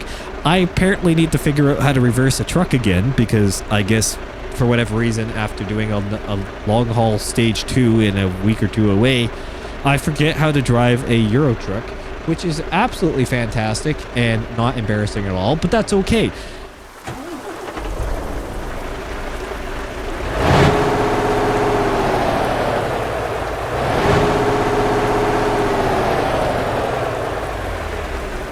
Let's get rolling, and we should probably get some wipers on, which I think I have the automatic wipers on, yes, or at least intermittent, so we'll see how things go. Hopefully everyone is doing well. I am doing amazing. It is great to be back here in ETS2, and of course back here with the long haul series, and we have some wonderful updates here around ETS2 that has come out recently, and so we're going to talk about that today and what the kind of plan is here with the long haul series because of, well, a pretty significant update that is now just on the horizon, or at least available in open beta. So that truck is turning, so what's that car going? I think we can be safe going, which is fantastic. Great to be back here in ETS2, as I said, on this rainy morning here in Sweden. It is what it is. We got to deal with some of the weather. Hopefully it passes. There's some nice blue sky as in the direction we're heading by the looks of things. So hopefully we can kind of get some better clear weather here very, very shortly. It's not always really nice to be driving in rain, but it is what it is. We got to take what the weather throws at us, considering the distances we're covering here. And the wipers are going crazy at these speeds to try and keep the water off. Thank you very much. But I'm gonna have to leave it like that because they are automatic wipers, and yeah, love technology in these trucks, love the tech, so hopefully it's not too annoying for you. So let's talk about here with ETS2 what is going on, and the biggest news that we just had is that the 1.59 open beta update for ETS2 is now available. So if you want to, you can opt into the open beta via Steam. It is available in your Steam client, and you can pick that up if you so choose to. You can go ahead and, well, I guess pick it up. You can opt into it and, well, try out some of the new features. So for those who don't know, 1.59 brings in a handful of really nice updates. I would say more in terms of feature content than the American Truck Simulator counterpart. It's a little bit on the dry side. Am I driving on the shoulder, by the way? I think I am. I think I was. I've been driving on the shoulder for probably that whole time. Lovely. Okay, fantastic. Great start, Prime. Great start. You're off to a solid start, my friend. Oh my goodness. I am not used to having dotted lines as the outer edge of roads, which that is a bit of a tired Prime brain just kind of cruising here, driving on the shoulder. Well, isn't that just fantastic? Anyways, 1.59 for ETS2 brought in a number of nice features. I would say more nice features than on the ATS side of things, at least as of right now. But the ATS story is a little bit, as we get a couple nice little screen freezes, is a little bit more of a long story on that front. Regardless, so 1.59 for ETS2 brings in Project Benelux rework. Probably the headline item of the entire thing. 1.59 is, well, it has brought in, technically if you're in the beta, has brought in the Benelux rework, reworking the original areas of Belgium, Netherlands, and Luxembourg. Absolutely incredible. Absolutely incredible region, lovely sceneries, and we will be exploring that soon. I'll get into that in just a few moments time. So besides the Project Benelux rework, which is again probably the feature item, I would say, of the 1.59 update for ETS2, the Volvo Experience Center is also being added to the game along with that. So a couple nice additions on the map side of things. There is also the Thermo King edition. So Thermo King refrigeration on our trailers. You can now put Thermo King refrigeration on your insulated and reefer trailers, which is absolutely fantastic. Love to see that one. And then there's a few of the more general, shall we say, features of the 1.59 update, which is tow to road. So instead of having to tow to a particular service station, you can now just get reset right to the road, which is kind of nice. Honestly, something that I wish would have been brought in years ago, because it's more realistic to have a tow truck come out or a recovery unit and just get you back on the road instead of taking you to a full service station, unless if you've, you know, say rolled the truck or something like that. More realistic and a lot more usable, I would say, for the general ETS2 playership, which is absolutely fantastic to see. There's a couple AI sound upgrade as well, and a few other UI changes along the way to try and make the game more unified for the pending console release, which we can expect, well, I'm assuming sooner than later. So again, regardless, 1.59, great update overall, and has brought in some wonderful things. But I am not running 1.59 open beta quite yet, and the reason for that is fairly simple. I need to complete this delivery first. If anyone has ever tried to update their game, you will notice that anytime a content update has occurred, your game will automatically reset you back and cancel your delivery for free. It's just the built-in nature of ETS2 and something we got to contest with. So as much as I want to do a first look of the 1.59 open beta, this long haul series needs to complete first, or this delivery, regardless of my saves, are going to be lost because of the version update. It will not go backwards. Even if I were to update to the open beta to have a different save, come back in, still isn't going to work. And I am using my ETS2 showcase series for this long haul, which is, again, a problem. So no matter which way I kind of go around it, it's not going to work the way I want, which is the way I want, as my head goes whipping across the screen there, which the way I want is it for to be seamless and to be able to just keep this delivery intact. So what is going to happen then with this series? This series is going to be put on turbo, my friends. In that meaning, I am going to be doing a lot of episodes quite quickly here. Is that car coming through? It is. But I crept into the intersection because my brakes didn't really decide to work. Probably because it's raining. And I came in a bit hot. But that's okay. The car stopped in time, and that's all that matters. I am off to a great start at this long haul stage today. It's always somewhere in the middle of these long hauls things start to go off the rails. And over the next few days, there's going to be more episodes on things. I am shuffling things around, both in terms of personal stuff and in terms of content plans, to make sure that this series can get kind of pushed through a little bit faster, so then we can try and get, well, 1.59 open beta in the works, and then obviously the 1.59 update. I don't know how long things are going to be in open beta, and because this delivery is long enough, we need to make some decent progression through the core of this delivery. And admittedly, a couple of the schedules that I've been trying to put up for these videos, whether it was personal factors or even YouTube processing factors, things have been delayed. So I am going to expedite some of these videos here by just making sure things can kind of move through a bit faster. We're going to get some episodes out, probably a few this week. That is my goal, and we will go from there. It is a total of a 7-parter as of right now. We'll see how things go, but we are going to complete this before 1.59, and I'm making it my mission to do so sooner than later as well.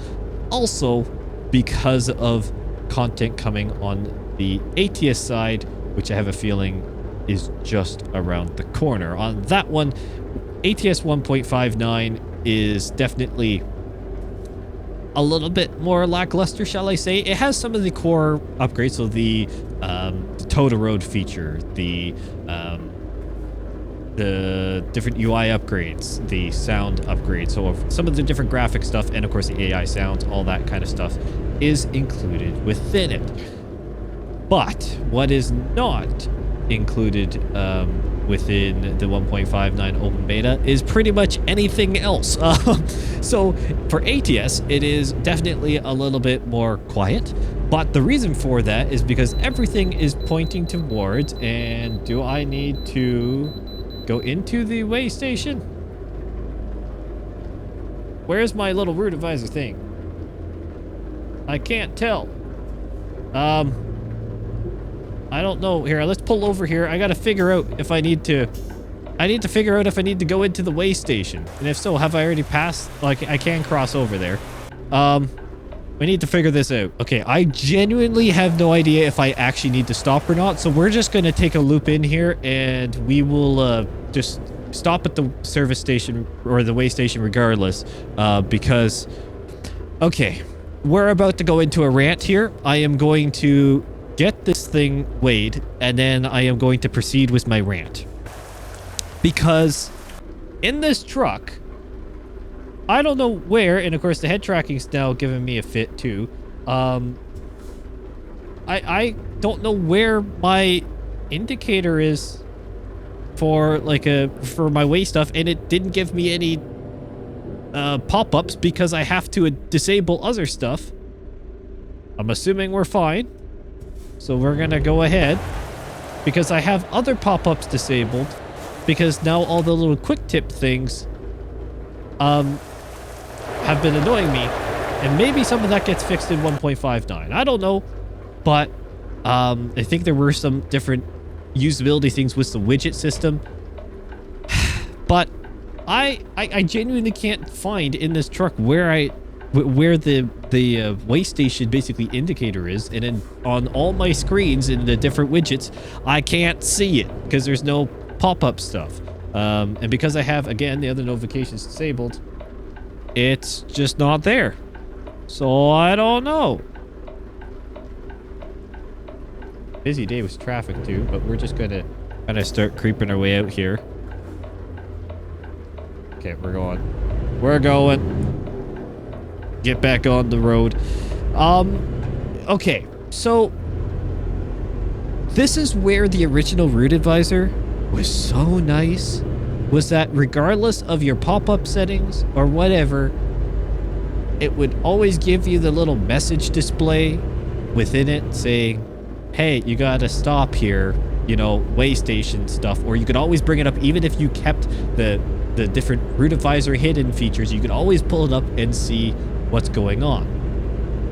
With the new system, and particularly here with content creation, the widgets, at least in this version of the game, again, some things that I'd like to see aren't there, and I think 1.59 is fixing it with some of the, you know, fuel and whatever gauges or damage, something like that, company metrics you can now have back on. Great, whatever.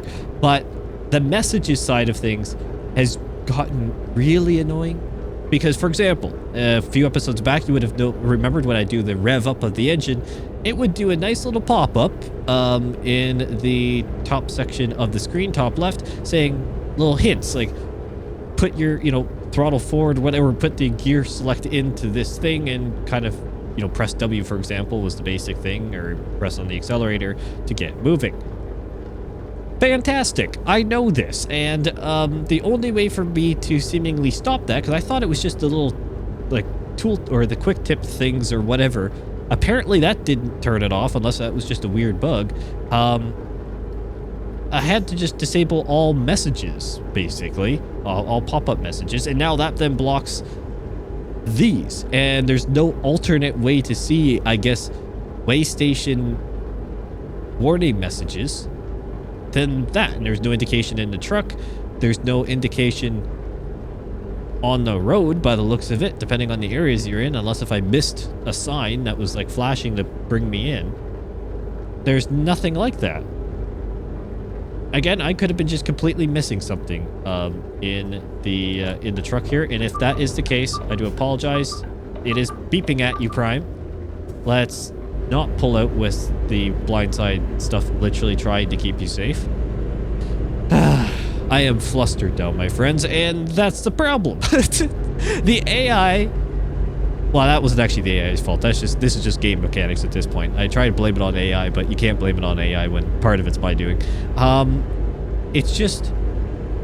That annoyance in those situations is where some things I don't know were fully fledged out in the way that...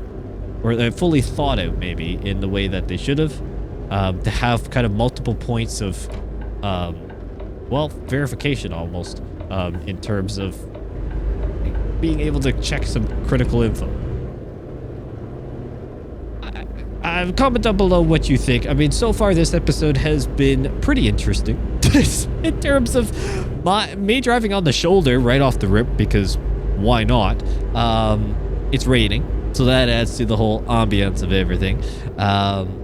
We got the AI doing some questionable things. My brakes barely worked back there at a few intersections, because why not, I guess.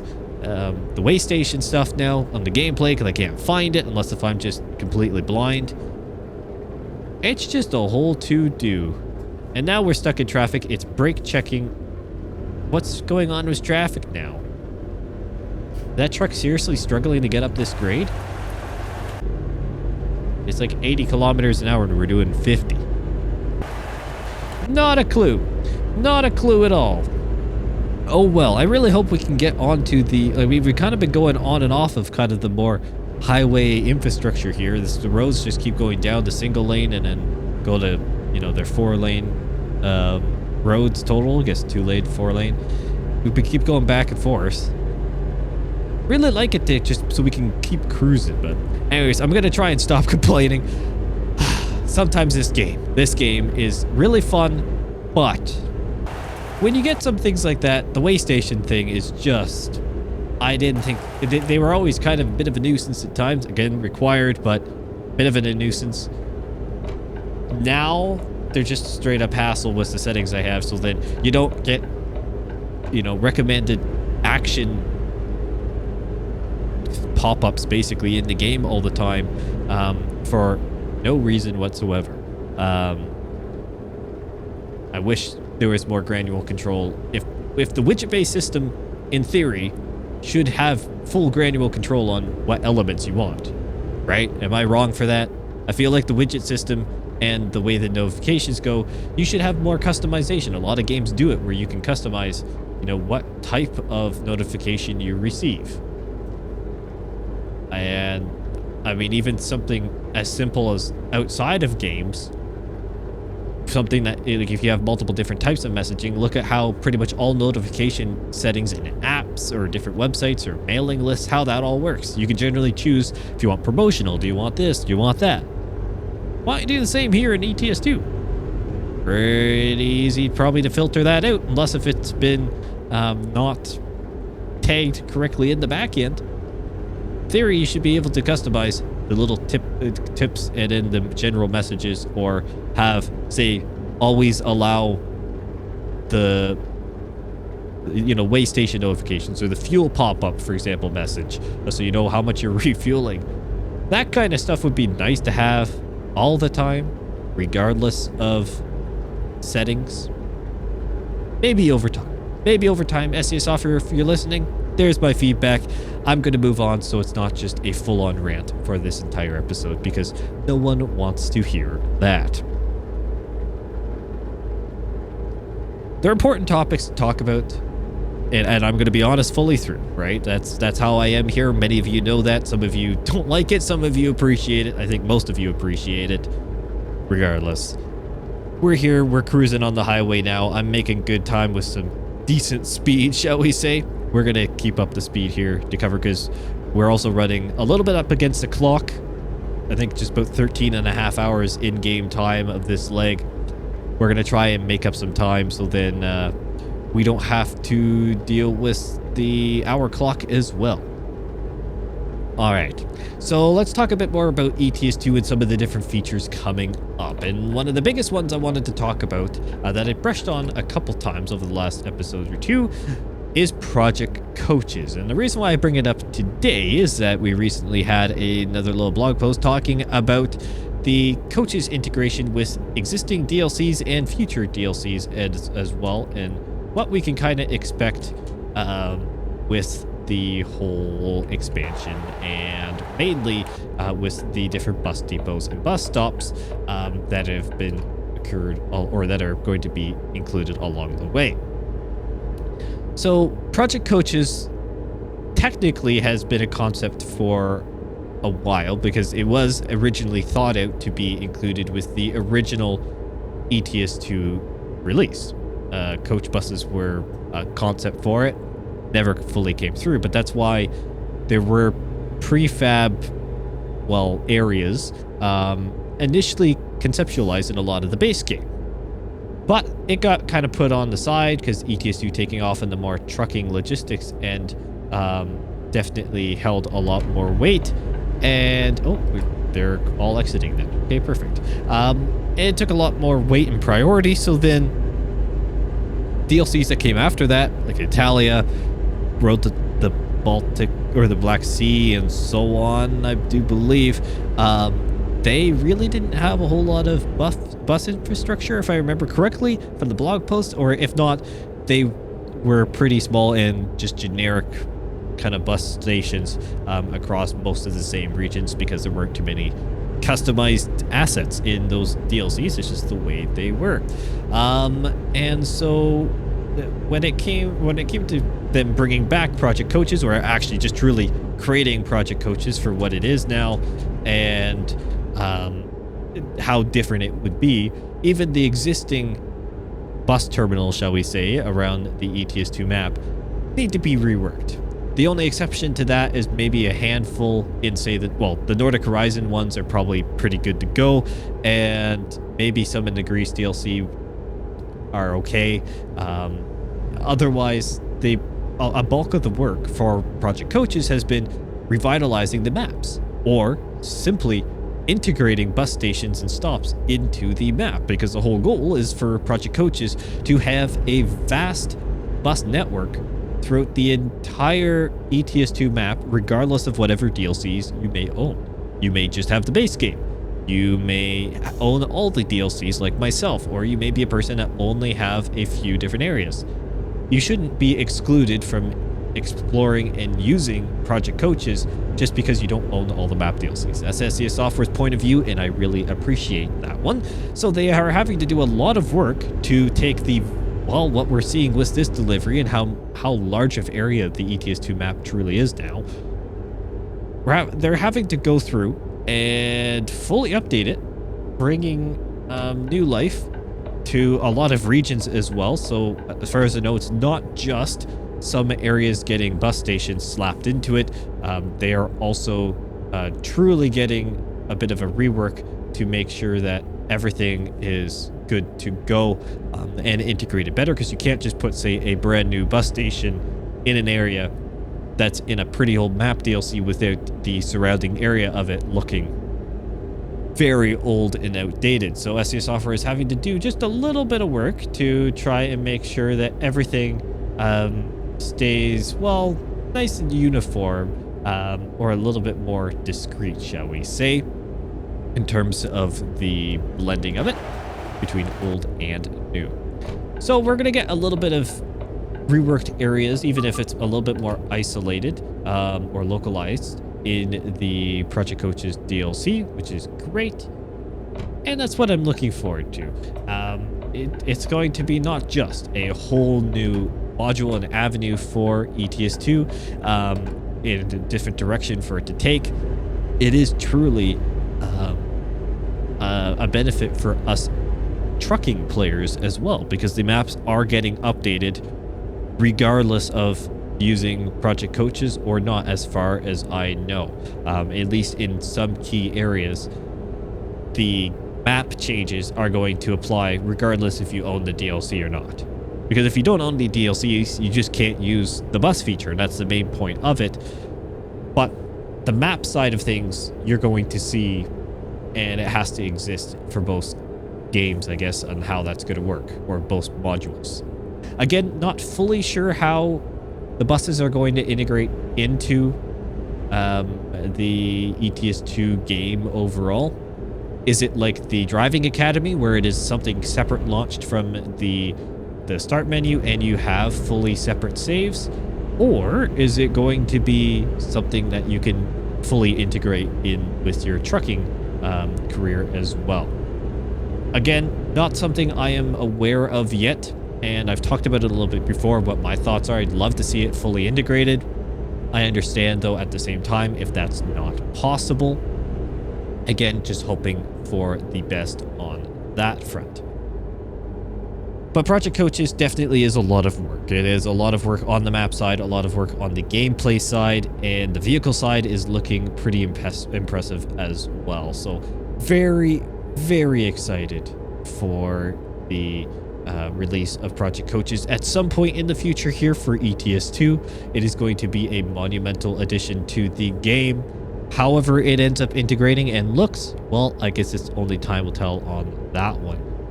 But it is pretty cool to see where ETS2 started, where it is now, and where it is going. Now, we also have a DLC confirmation as well. The Soul of Anatolia map DLC expansion, which takes us into the heart of Turkey. A wonderful, wonderful addition. That is confirmed. I know we had the teaser a while back, which was pretty straightforward, that it was going to be a Turkish expansion. And thank you to everyone who put your comments on kind of on what was talking about was Turkey and so on. Absolutely fantastic to see what your thoughts are for where SES Software should go next. And still, go ahead and comment down below on this video as well. Knowing now was the Soul of Anatolia DLC expansion. Let me know what you think about the future of ETS2 and if more map expansions are going to be coming, or if it will be a situation where SES Software starts pulling back a little bit on the map DLCs and focuses on other aspects of the ETS2 realm. But having another map DLC on the confirmed development list is huge for ETS2, because we now have a few. We have Iceland, we have the Isle of Ireland, and now Soul of Anatolia. And then also we have, well, we technically have the Heart of Russia DLC. Again, I bring up that what is now a true just historical relic of a map DLC now, that's seemingly still just around and kicking, but we don't know when it's going to come and don't expect it to come anytime soon. But at the same time, just genuine question, what's going to happen with Ukraine? Unless if I am going absolutely crazy, the Ukraine, or the country of Ukraine, is not in ETS2 right now. So is that going to be worked on at some point?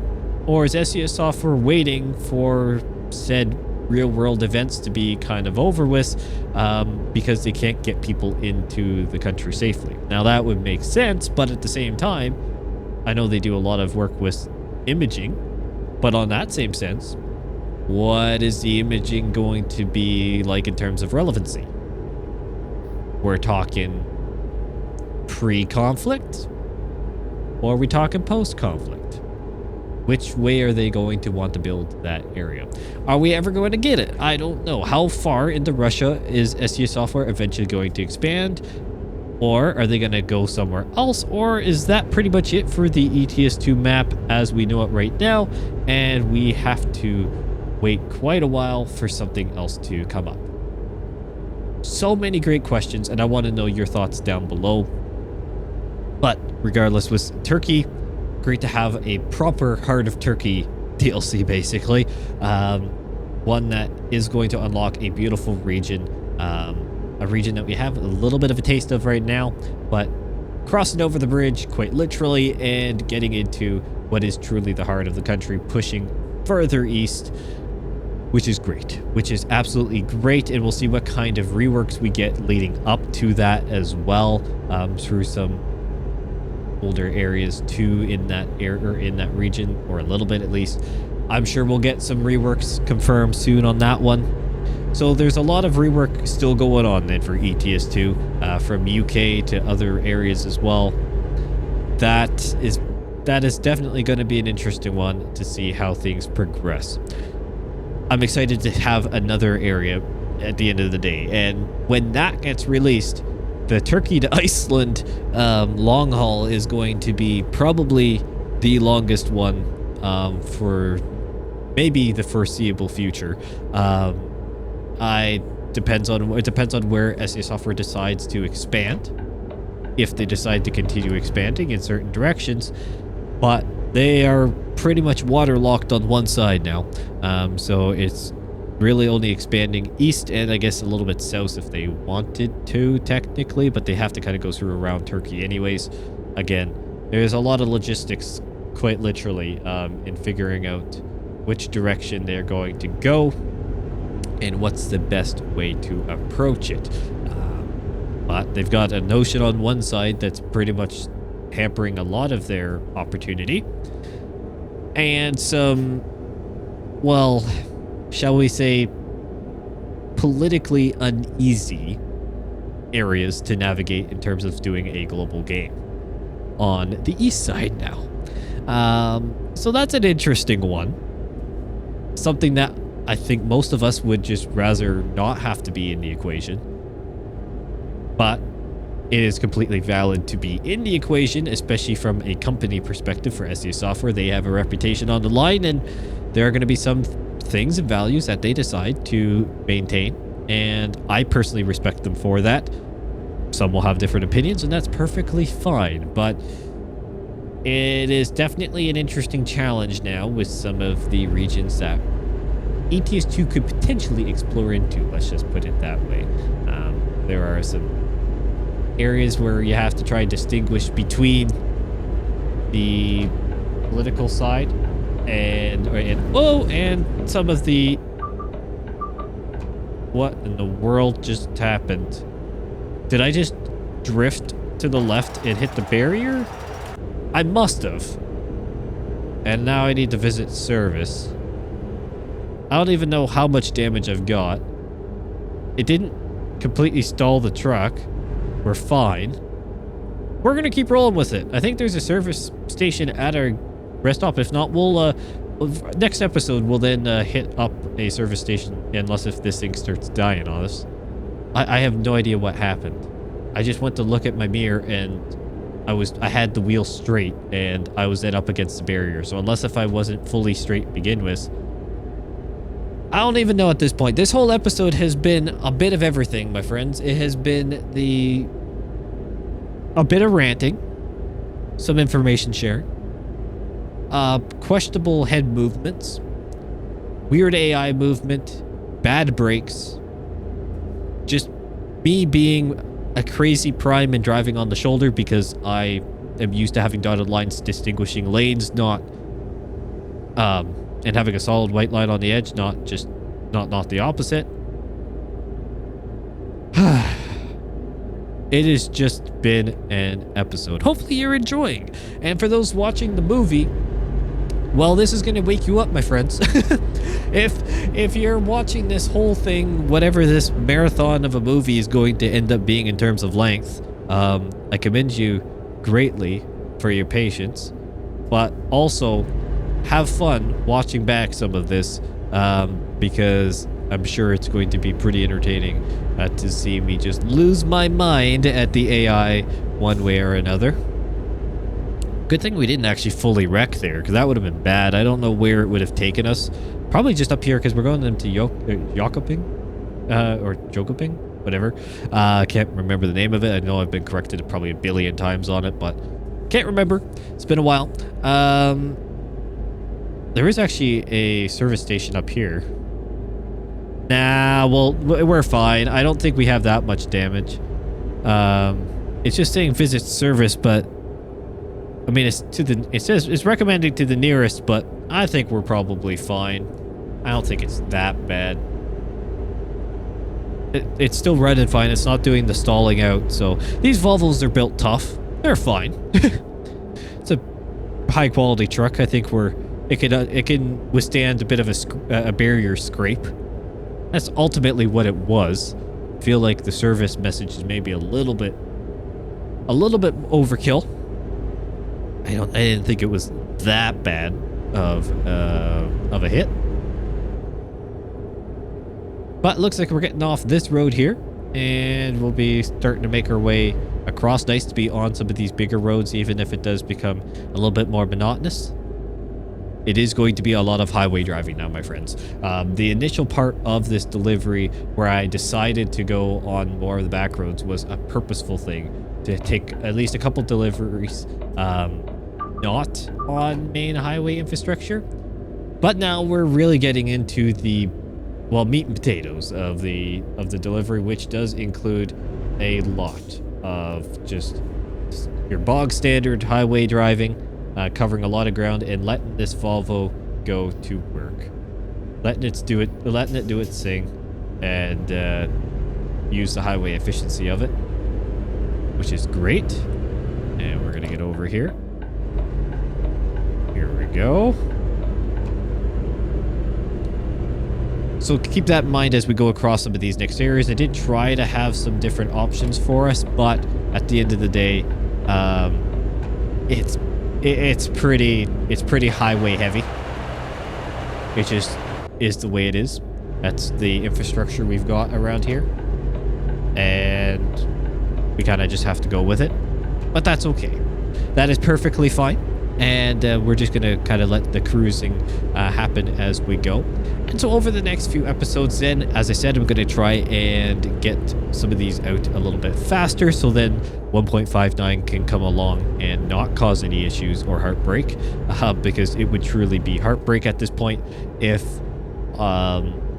something happened.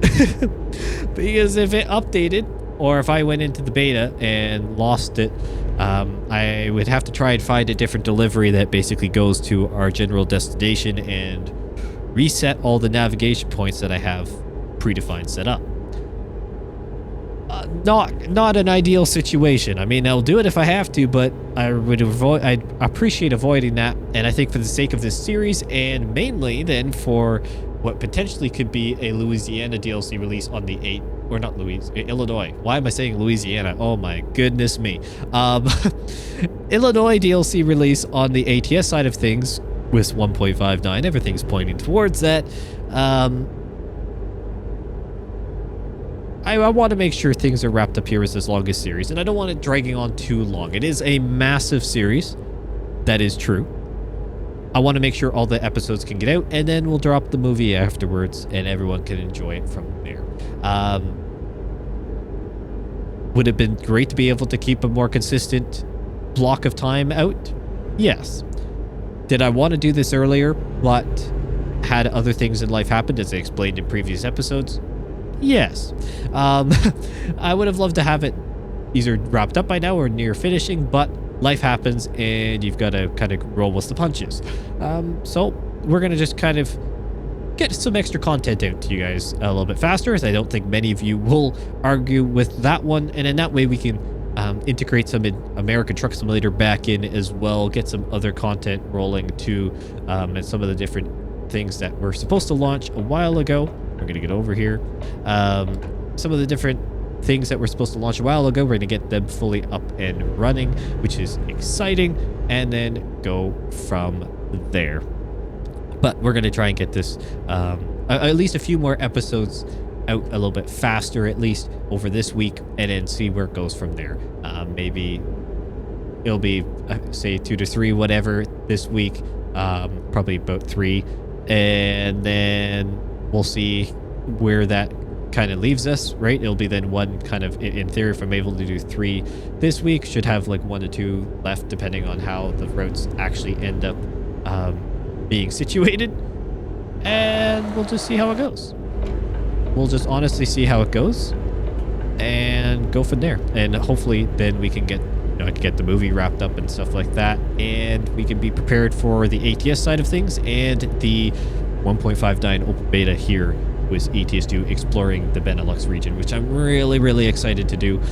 Besides some of the other upgrades in 1.59 with some of the different features and maybe even some performance updates as well, and the widget update. I want to see if some of that fixes some of the complaints that I had earlier in this episode.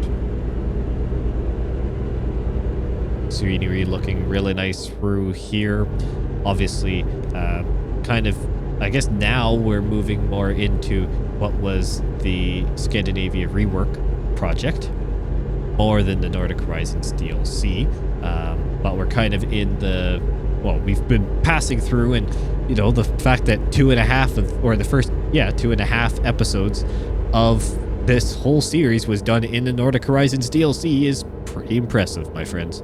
Quite impressive overall. And as we are coming up to our rest point, by the looks of it, just up here, it just shows the scale of what the Nordic Horizons DLC was and how impressive of a feat it truly was too. And it really is exciting for, Turkey and some other areas too that are large areas.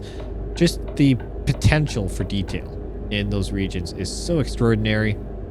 And I am looking forward to getting my hands on that eventually. And of course, going to see Iceland as well, right? Or doing Ireland, exploring the Ireland areas too. So exciting to finally have some of those coming. Map expansions are great overall. I'm never going to complain with it. I think many of us will just agree that more map space the better for having some different opportunity. And again, it's not something that I'm going to complain one way or another if we can try and get some nice map DLCs here and there. I'm always going to take that every day of the week. So let's go ahead and stop here. Let's refuel. Come around to the front so I can actually hear this thing. Because the before mentioned messages don't work. So I have no indication on what's fueled up. And looks like we're all filled up here. So I guess we can hop back inside. And we will just go around to the what appears to be the rest area on this side. Or maybe we'll loop around this way. Let's try and turn here. Yeah, and then I can come around. There we go. And we will park over in this area over here. We're actually going to spin around and just drive in. Because why should I have to reverse? Not going to make my life harder.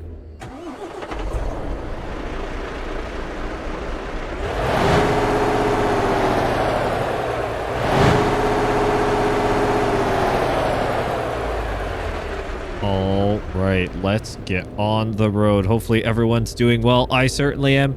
Great to be back here in ETS2, and we've got a lot of ground to cover today, my friends. As I mentioned, just over 1,000 kilometers here in the game to where our eventual delivery point will be, or shall I say, I guess stop point will be for this episode. It's a long one. It's a long one indeed, and that's why we're getting going nice and early here in ETS2, just after midnight here in game time. It's definitely going to be a monumental leg, probably one of the longest, if not the longest individual leg of this whole long haul series. So we've got plenty to talk about. We may even do a little bit of just quiet driving time as well, get a little bit of that going on, and we'll see how things go. But it is great to be back here. The thing is about this episode is that it's been a bit of a journey off camera, technically, to try and get this thing, recorded is probably the best way to put it. So for those who may have watched the last episode, you would have heard me say that I was intending to get more of these episodes out more frequently, shall I say, to just try and get this moving through, considering we've got 1.59 open beta out, and I want to get that covered, and a number of other things coming up on the ATS side, which I'll talk about later today as well. I want to make sure that this series can move through and get us progressing through, so that when an eventual game update comes around, it doesn't reset and destroy our delivery. So this episode, and what I'm recording right now, is technically an attempt 3 at this very leg. And that put a big damper on the speed in which the other episodes could come out. So, in an effort to be open with you guys, because you all support me in a very gracious manner, and I normally like to try and keep my word as much as possible, but again, life throws things at you that you can't always control. Here's what happened. The first recording, fantastic. We completed this leg, all good. Only problem, I didn't hit record. Yes, the cardinal sin of YouTube content creation. I didn't hit record on in OBS. In fact, I always have it on my Stream Deck, and it was blaring red. Hit record. It didn't do. I just didn't do it. It was after a day I had, and it was just I completely mentally just started driving, commentating, did not hit record, even though, again, I always do. It's a habit. But it was one of those rare occurrences that I just did not. So that was extremely unfortunate, given that this is one of, if not the longest leg of the delivery. So then I tried the day afterwards, and what happened to that video? It corrupted after 5 minutes into the recording, and it didn't throw an error in said OBS. So what happened then? I recorded it. I knew I recorded it because I double checked at that point. It wasn't until I went to edit it that it just would not go. Tried converting it, tried opening it in different methods. File would not work in DaVinci Resolve, is what I edit the videos in. So that was something. And now it leads us here. But unfortunately, multiple days later because of scheduling conflicts. You know, my friends, this journey isn't just a test of my commentary ability and, you know, just doing something kind of different for the sake of the channel and just the game, and doing, well, again, just a bit of a long haul with all the different potentials for shenanigans to happen, like what happened in last episode, where I did seemingly just, I don't really know, was going straight and I just hit the barrier. So anyways, that was kind of weird. It's one of those things where it puts a test to multiple aspects of content creation, and particularly for me. And unfortunately, it also applies off camera as well with some things that happen. All right, let's get this thing repaired. Unfortunately, a very expensive repair bill for that hitting that barrier, over 20 grand. Fantastic. But at least we now know that everything is okay, so I can't really complain too much. All right, let's make sure we're all clear here and get going. Still trying to dial in the head tracking. Is really cool and all, but for the sake of my setup, it's maybe not the most optimum for the sake of the software itself, which is, I guess, kind of unfortunate, but at the same time, really cool and just a bit of, well, getting used to. But I think it's been turning out pretty good in the sake of recordings. No one's had any issues with it, which is fantastic. And I want to say thank you to everyone who has been sticking by the videos lately, and of course the channel.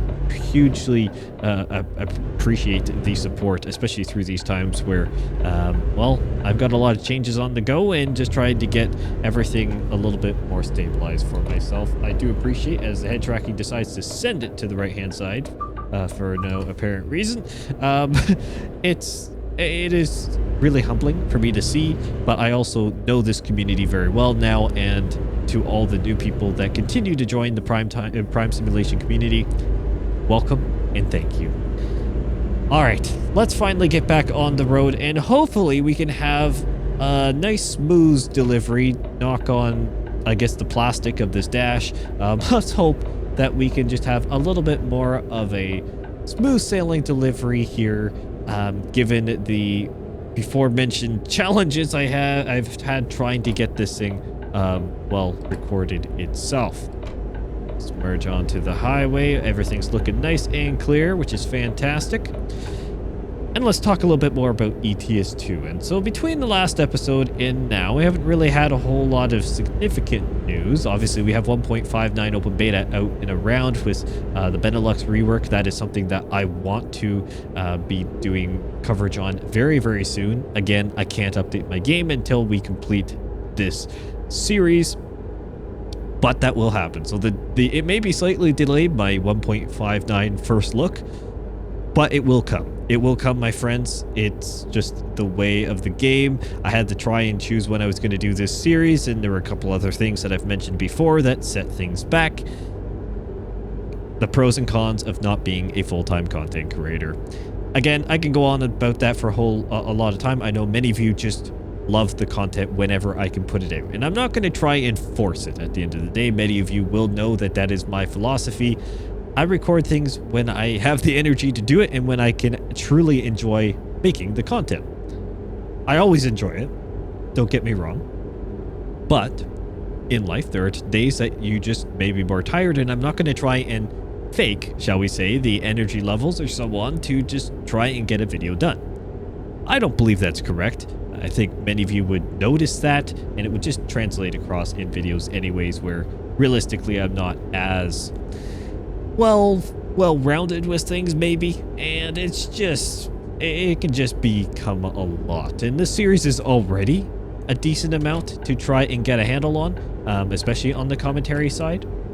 There's a lot of time to cover, and again, maybe in this episode we will do a little bit of a section of just nice highway cruising sounds. We'll see how it goes. Depends on how the conversation flows. Regardless, it is one of those things that it puts a lot of elements to the test, but I'm all up for it, and I thank you all for sticking by it as we get into some new content coming soon. So 1.59, obviously, I will be doing coverage on that plenty in the Benelux rework area. But then on the American Truck Simulator side is where a lot of attention is going to be spent coming up. There has been just recently a teaser, and what will assumingly be very quickly, and maybe by the time you're watching this video, it has already been confirmed, a new truck for ATS. Everything's looking like a new Volvo, potentially even the new Volvo VNL in particular. So that is going to be something that jumps in here into the content schedule. Again, this long haul series will be a priority to try and keep things moving through with it so we can progress onto other things because the way I did it in our main save here for ETS2 showcases technically. But again, the game I can't update as far as I know without causing serious issues.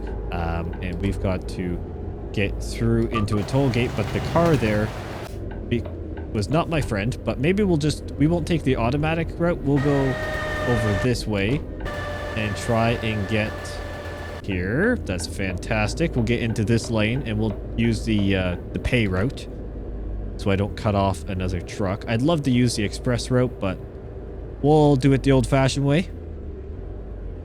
Old-fashioned meaning, I guess, reach down and try and use our card to pay.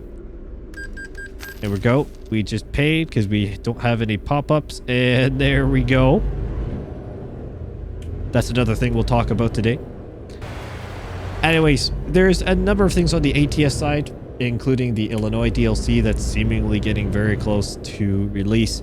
That will also be taking up a lot of content schedule, and fortunately, and I'm trying not to make promises because honestly things change so much, but what I can say is that stability is a bit more coming.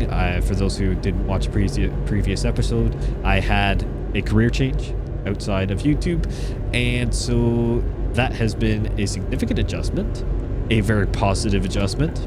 Don't get me wrong, I am extremely excited, but a change nonetheless that has really been the culprit for a lot of the havoc that's been this upload schedule, besides then having, you know, blunders like not recording a video. We could already be a couple episodes in advance by now if I wouldn't have had those blunders, but whatever.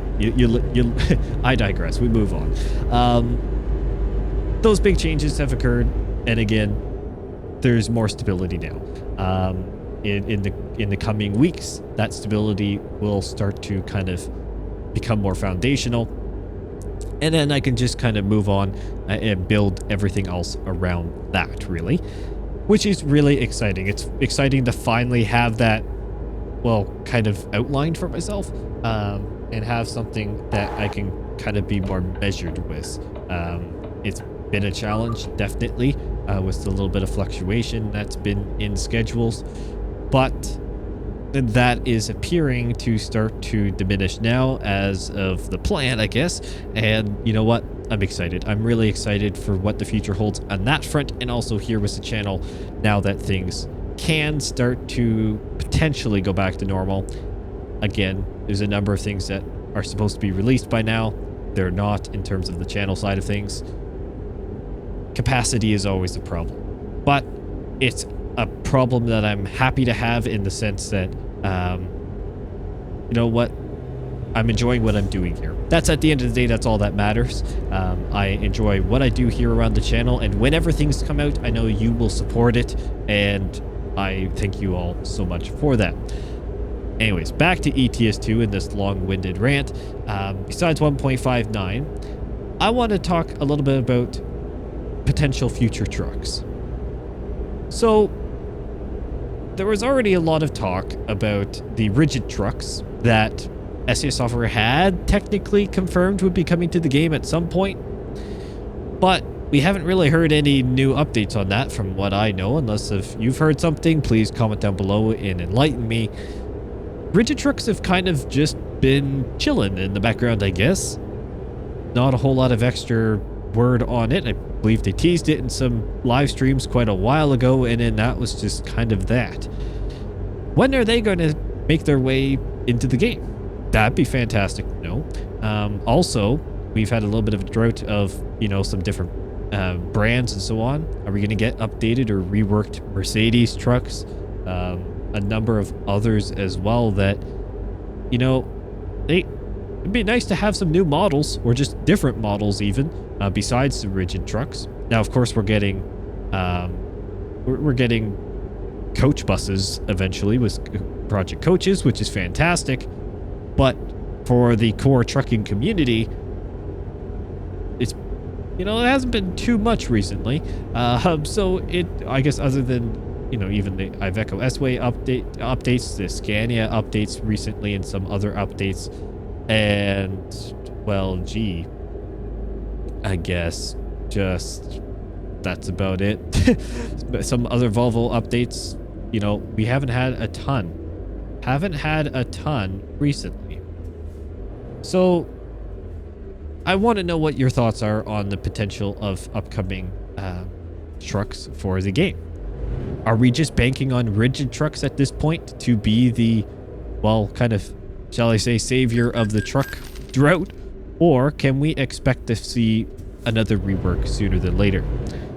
Let me know what kind of truck or model or brand that you'd love to see in the game. There was, I think, some talk, especially on the ATS side, but even on the ETS2 side maybe, of some historical trucks being added.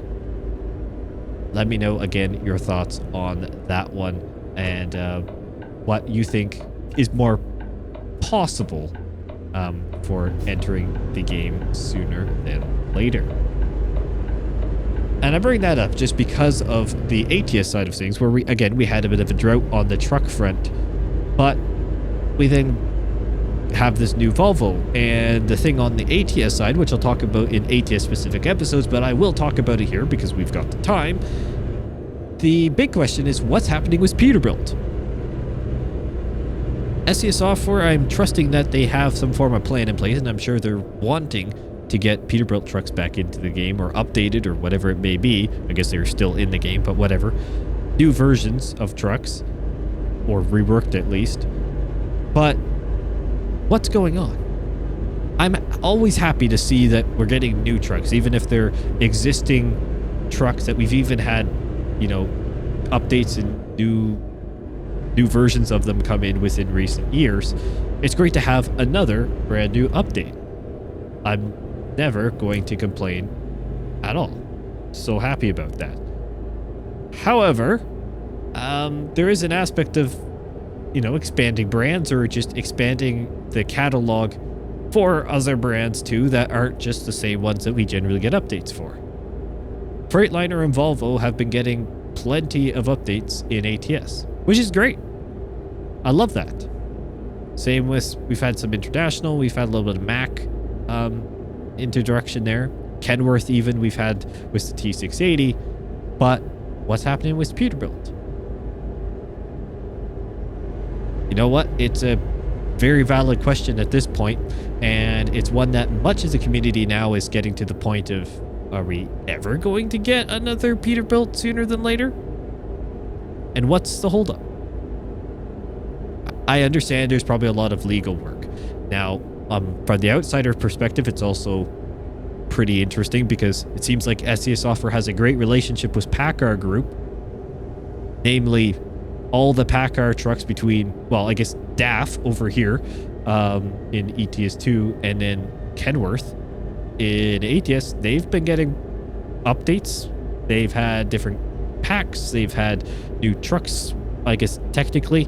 Well, I guess they have in both games. They've had new versions. That's all fine. PACCAR owns Peterbilt. So at the end of the day, what's the holdup now?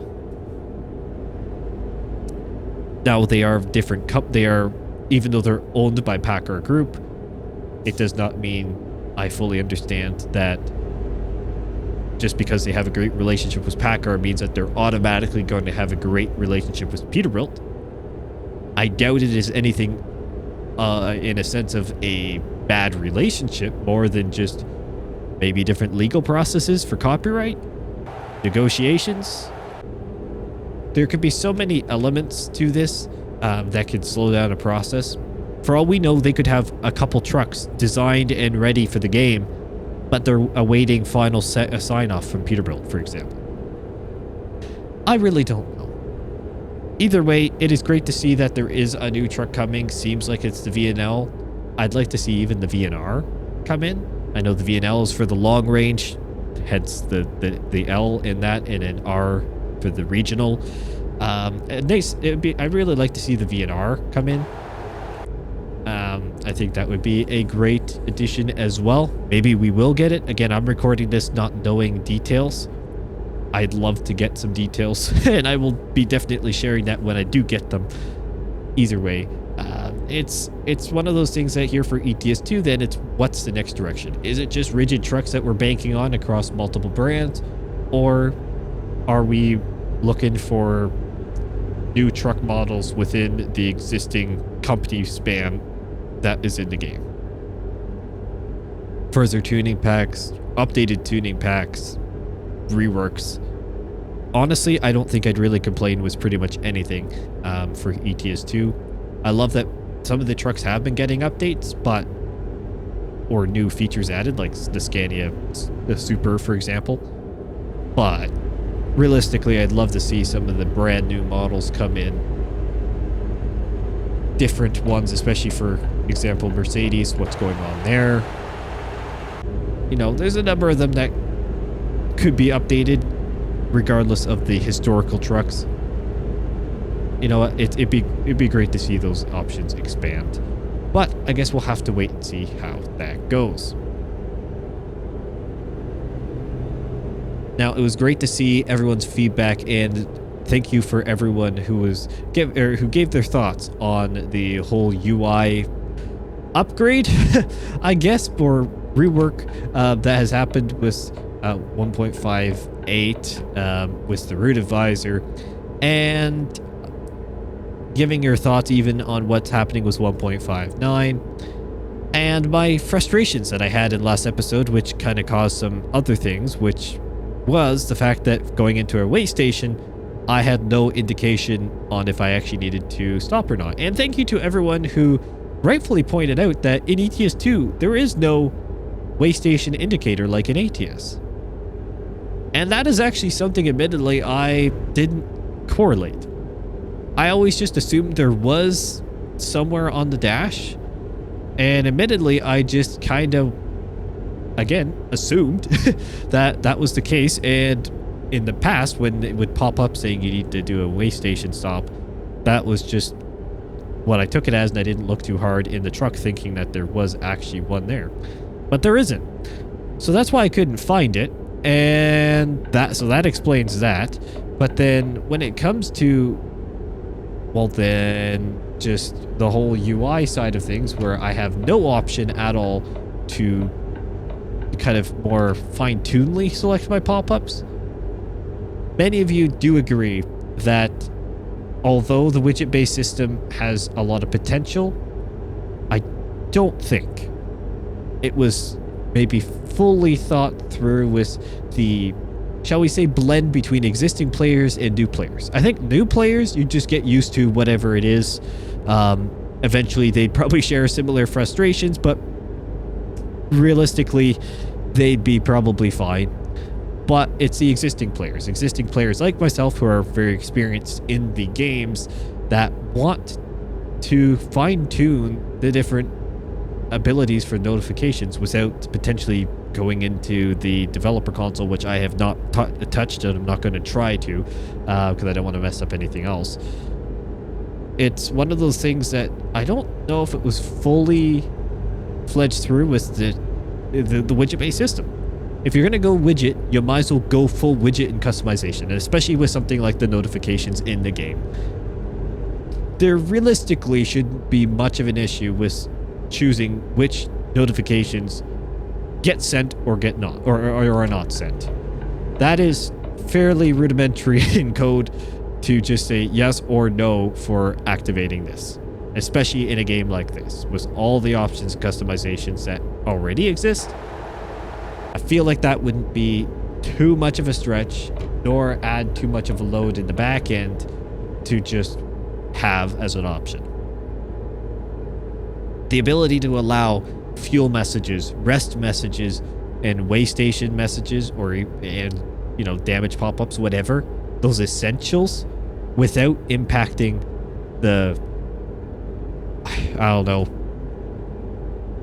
let's say, for example, there's recruitment agency discovered, or even dealership discovered, or some of the other pop-ups, or the different hints, I guess, even though that's not under contextual hints, like, for whatever reason, when I'm revving my throttle in the intros, and it used to, before I shut off all basically pop-ups, because that is an option, it would say press your accelerator, or press the W key to move and change gears and all this stuff, trying to give me hints on how to drive just because I'm revving the engine. I mean, I understand how this all works. So it's, I don't need a pop-up saying to use your accelerator to move, and I'd love to just turn that off while keeping some of, again, the basics that would be handy for the game to have, and that are not an option in any of the widget settings, or notification settings for that matter, or what the different display options are. There's nothing. I can't customize that at all. As of now. 1.59 is apparently doing some little upgrades to adding some extra elements to the widgets. Don't know if it's touching the notifications much. Again, if you have extra experience or different 2 cents on that, please comment below, just in case you pick it up faster than I do, or notice it faster than I do. That would be fantastic to know. But it is a frustration, and I'm happy to hear, in a unfortunate way, I guess, that multiple people share the exact same thoughts on the whole feature as a whole. That was a weird way to say it. The entire feature. I didn't need to double up on the whole feature as a whole, but whatever. You get what I mean. It is definitely fully embracing console philosophy, and the game needs an update. I get it. These games have been around for, well, over a decade. They are, especially ETS2 has gone through many forms, There are some things that are going to make more of an impact for players than others. I get it. The game has to progress. I personally appreciate that we're not having, say, ETS3 or ETS4 at this point and having to buy new games for these updates. They're just being continually updated and the game is being basically reimagined. So in that sense, I am very appreciative of that. And I understand then there's a complexity to trying to do these upgrades because inevitably people are going to be upset because it's change.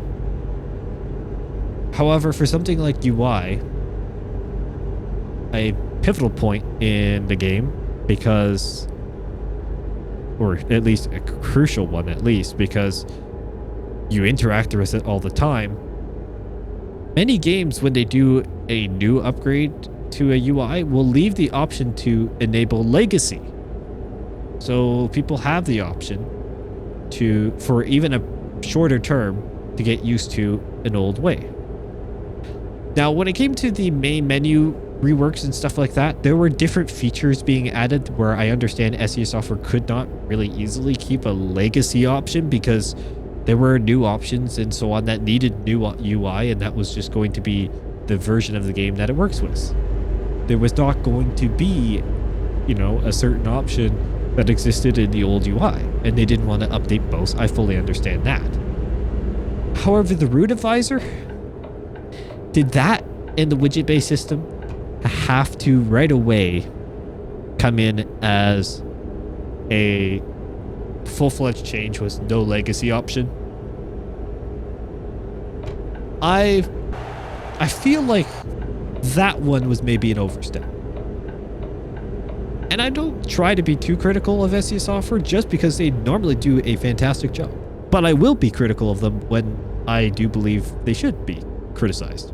And I think that one is maybe a bit of a community oversight for the sake of their background research into it and just the deployment.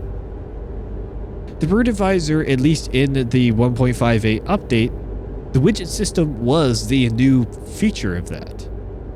Otherwise, though, there was no functionality that changed. Now, that changes in 1.59 was tow to road, but that's a pause menu option, theoretically, or at least a tow option. So even with the old root advisor that we had in 1.57 was there, it still looked the same as everything else, or pretty much the same as what the new layout is of the root advisor. The main difference, and I gotta get over here because I'm going in the wrong tunnel.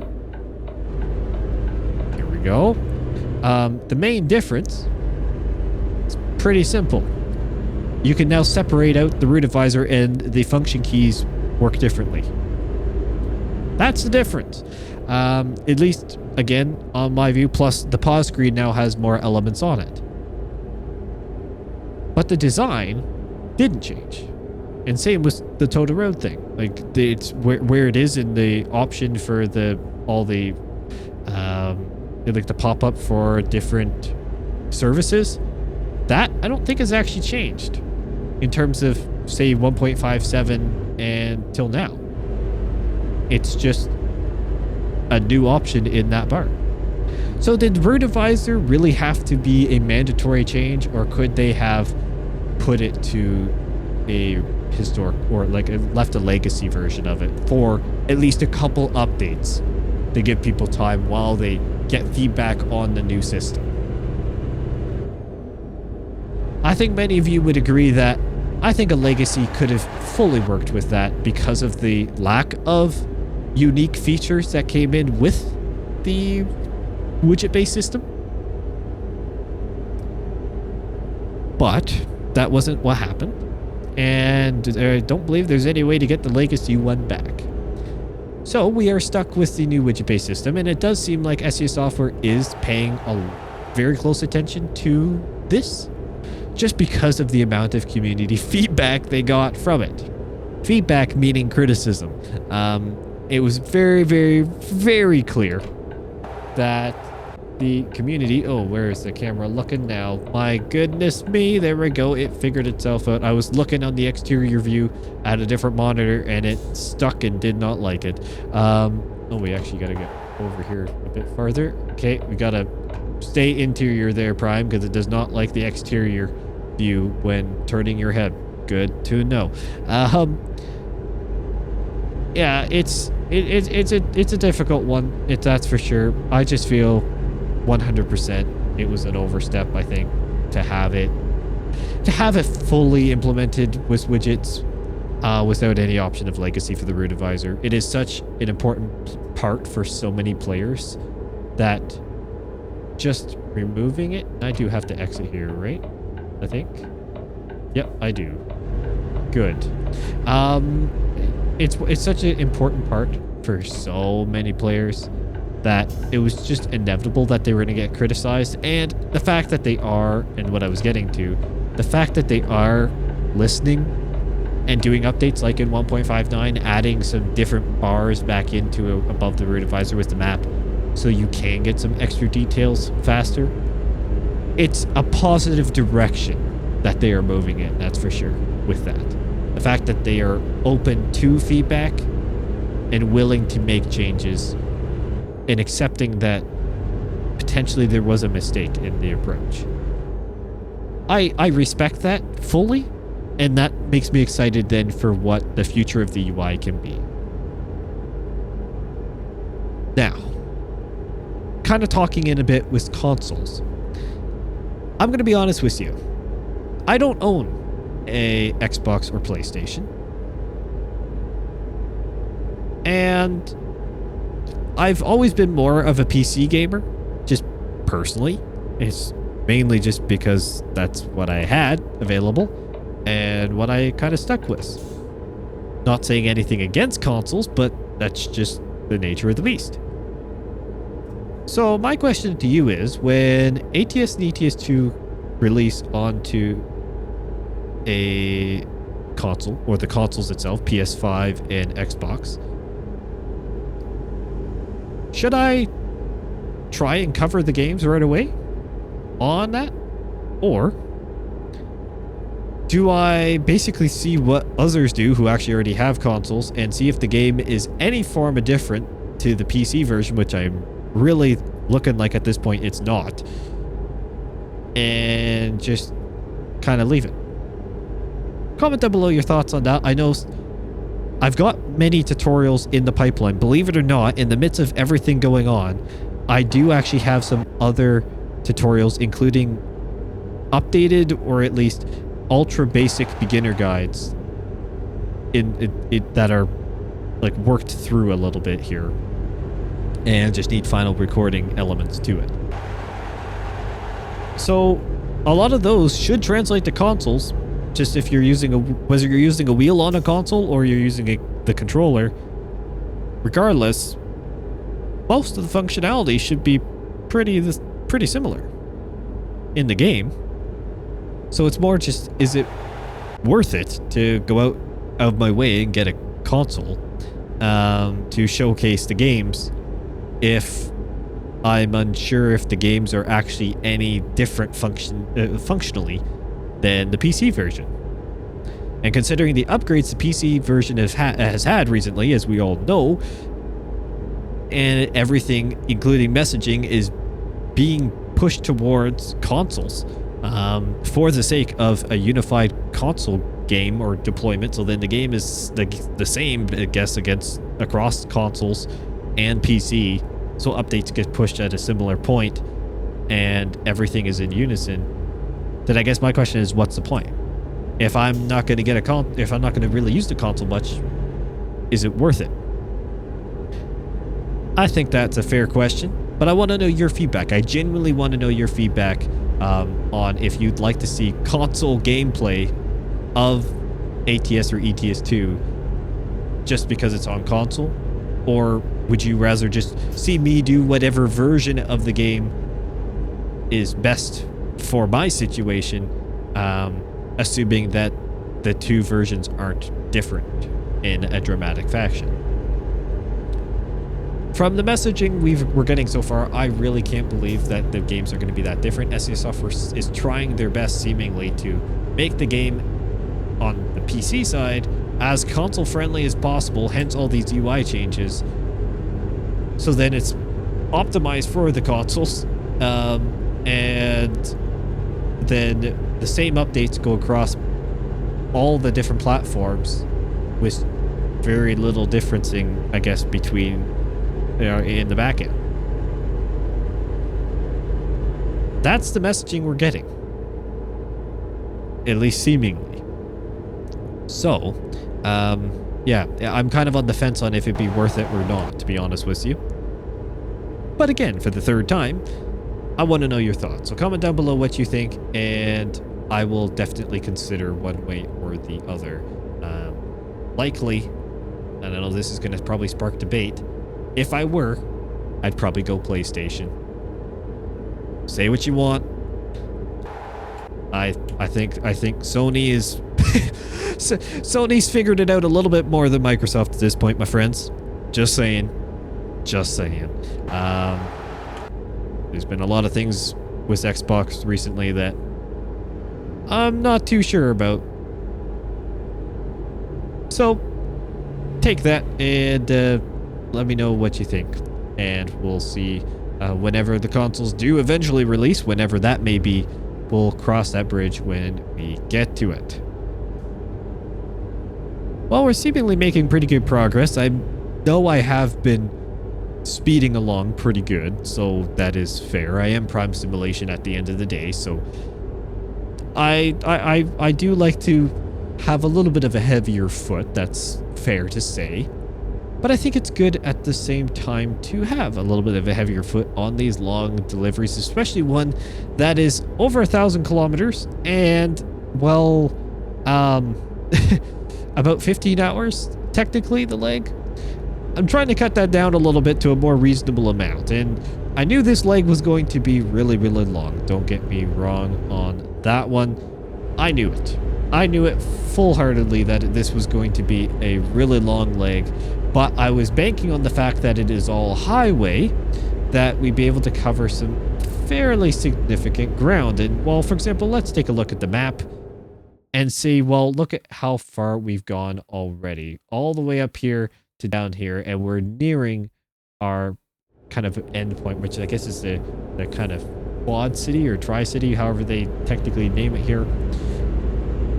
We're entering that region now, which is really, really good, because it is amazing how fast you can get going on the highways versus the county roads. That is an obvious statement, though, because again, speeds or direct routes, whatever, you can cover a lot of distance in a shorter amount of time. But we need this for this delivery, and from here on out, it is very highway centric. Not as many back roads, just because of the networks that move across Europe, and that is perfectly realistic and perfectly fine. And that is the very reason why I in the first few episodes going through the Nordic Horizons DLC, tried to keep it a little bit more back roadish, so then it wasn't so highway driven all of the way. Does it mean it's a negative? No. And in fact, I do kind of like just cruising along here on the highway. About 100 kilometers an hour. The Volvo handles it with ease. Yes, I am speeding. Would I be probably getting tickets with speed cameras? Maybe. Would the regulators not like a transport truck doing these kind of speeds when the speed limit is 80? Maybe not. Should there be a speed limiter? Probably. Am I doing any of those things or caring? Not really. It's one of those where, again, we've got some creative liberty here, my friends. I want to make that clear. I do my best to keep things within reason. I'm not going to just full throttle the whole way and not, not follow road rules. But I do believe there is a little bit of an element of, let's have some creative liberty and a little bit of independent freedom when it comes to the particular speed. If we're, 10, 15 kilometers an hour over the limit, for the sake of ETS2, we're going to call that okay. As long as I'm doing it in a safe manner, which most of the time is borderline, I think we're okay. I think we're okay. You know what? It's maybe not the most realistic or safe thing if you're trying to go for full realism, but it is what it is. And again, I'm Prime Simulation.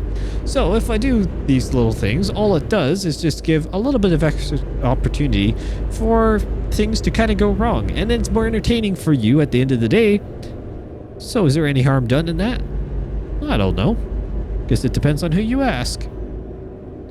If you ask a person who's caring about full realism and safety, they may have something that they want to say about it. For most, or for a lot of you that are just potentially even listening to this, and just, going through for the sake of the journey, you probably don't really care, do you? And that's kind of the balance I have to try and run. I can't cater to everyone. That's as simple as that. And that's why I do try to, in videos, keep it realistic and reasonable. Maybe reasonable is the better word to describe it. I try to have a balance of, we're in a game, we're having fun. We can take a little bit of extra risk because there are no actual lives on the line here. We can take a little bit of extra risk, have some fun, chat about what we're going on, potentially be distracted a bit, and just enjoy what is a video game. But at the same time, I understand that we are playing a video game that is very realistic, and many people play in a very realistic fashion and enjoy that because it is a simulator, and as a simulator fan myself, I enjoy realism. So I try and balance the very difficult task of finding the realism versus have kind of fun, go crazy, and where does that generally lie? In what is truly a reasonable area.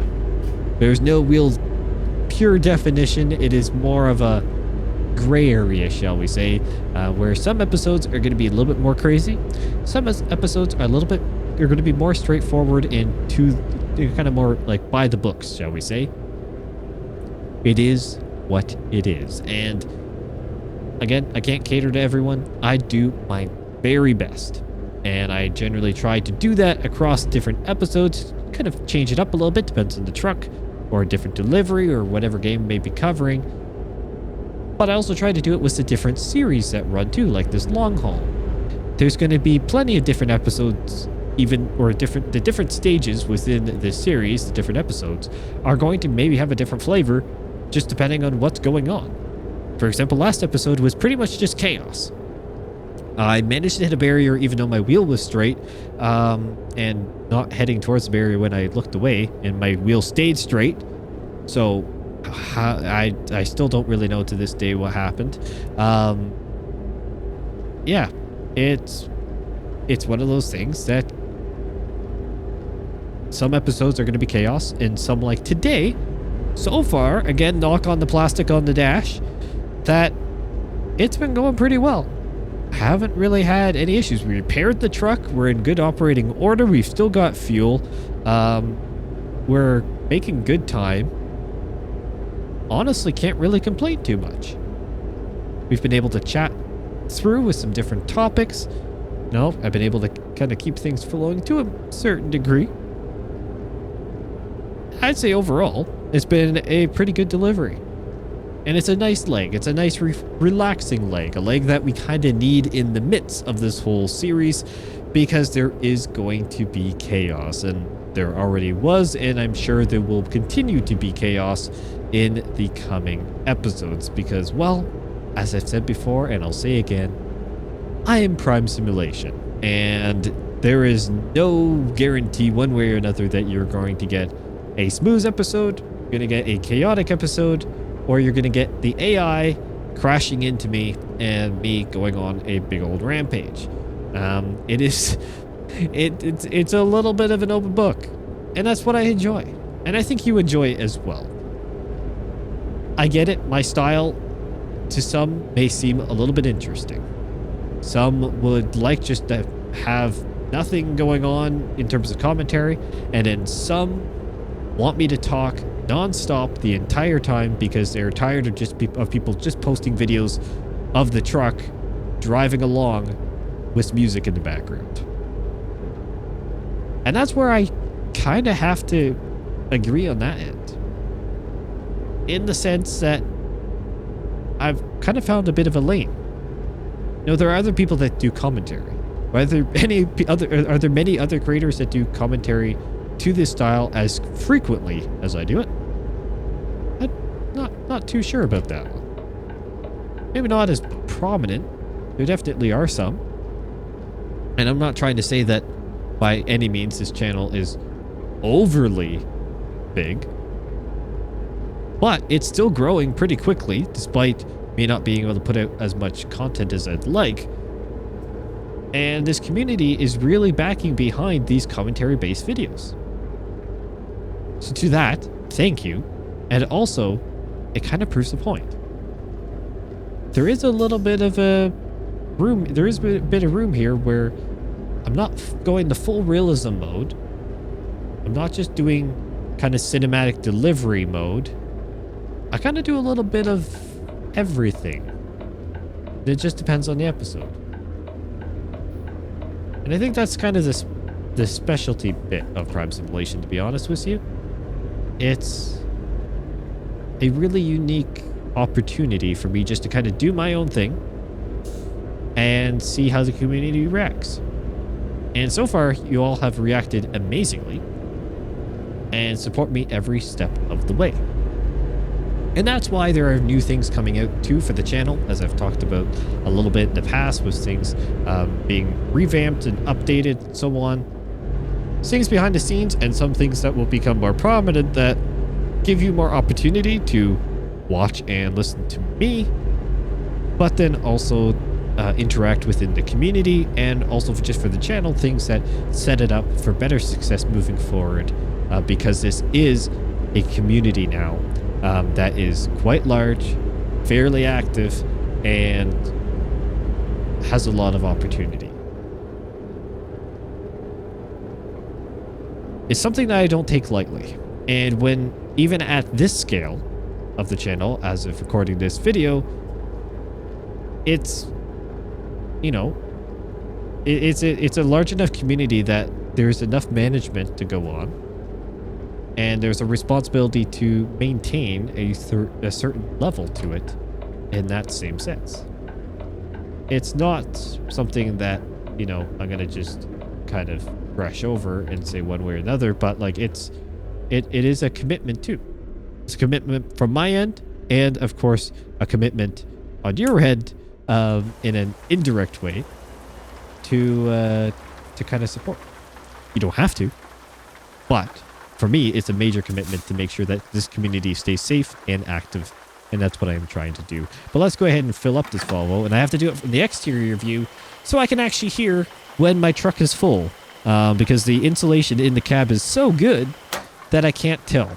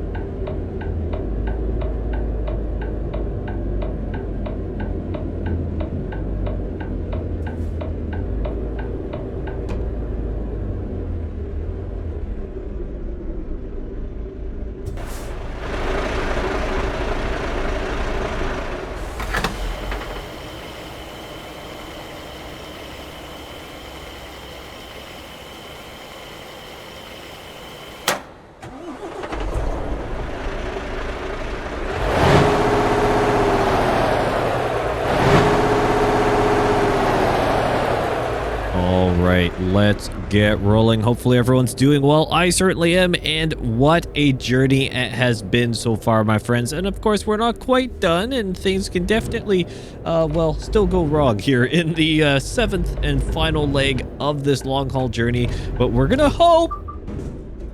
You're joking, right? No way, game, that you... why? There's no way. I just pull out and then the AI blows I guess a yield sign? Because that's not on me, right? Oh, come on, game. Okay, never mind.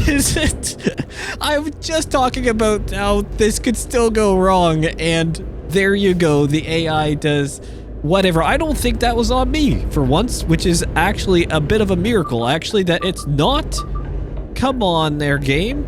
Just let me out. AI, thank you very much. I appreciate it. Goodness me, what a start to the finale, my friends. And, well, there you have it.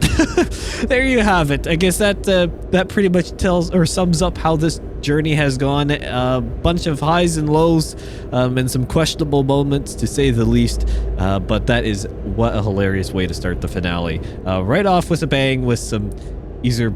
I think that's genuine AI just weirdness or just game karma for me with how things have gone so far, but it has been a wonderful journey. Besides some of the quirkiness, shall we say, in terms of the AI or my ability to mess things up, it has been an amazing journey covering thousands of kilometers across 7 parts. Now, there were technically 6 videos, and the reason for that is because part 5 and 6, as you all know from the last episode, I did a mini movie and didn't commentate throughout it and just kind of let the journey speak for itself. In other words, I really wanted to get it out, but I was not able to commentate over it just because of other situations, so I decided to record it and just kind of do a cruise and combine the two, because I am also recording this video on, well, I guess prior to the 1.59 update releasing, whenever that may be, but the ATS 1.59 update has been released as of recording this video, and so this is probably going to be a bit pre-recorded, and by the time you watch this, likely ETS2's 1.59 update is officially out, but I wanted to make sure this was done before that update, so then nothing goes wrong with our delivery here, because I didn't want to get to part 7 and then have everything, well, basically reset, and I have to fake the final delivery, and we're not going to do that. So that's why I am here, and partly the reason why 5 and 6 ended up going together in the no commentary version was just to make sure everything could get rounded out before the update, because, well, I'm a very busy prime at this point, and you know what, things are kind of going back and forth in terms of my availability, and things are still having to be ironed out. There's definitely light at the end of the tunnel, and I've talked about it in previous episodes where it's seemingly going to get more consistent now, which is absolutely fantastic, and it can kind of get into a rhythm again.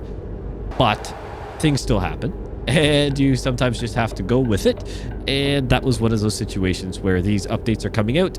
Things on the ATS side are starting to progress greatly. We have the release date for the Illinois DLC, which is great, and new truck over there too with the Volvo VNL. So there's a number of things that are happening that we just need to, well, wrap things up here with this series. It has been definitely a long one. Thank you to everyone who has been supporting the series to this point, and of course here with the finale. And don't you worry, the movie will come. This is going to be a generational video. Probably, well, it will be, I think, the longest video I have ever put up on the Prime Simulation channel. It is going to be a monumental one at that. And so keep an eye out for the channel, on the channel, for that video. Keep an eye out for that video on the channel. That's the way I wanted to word it. You got where I was going. Let's talk a bit more about ETS2. So as I said, 1.59 is either out as of whenever you're watching this video or coming out very, very soon. And so now that this series is wrapping up with the long haul, I will of course be updating to 1.59 and will complete my first look at the Benelux rework project within the 1.59 update, which is absolutely fantastic and exciting.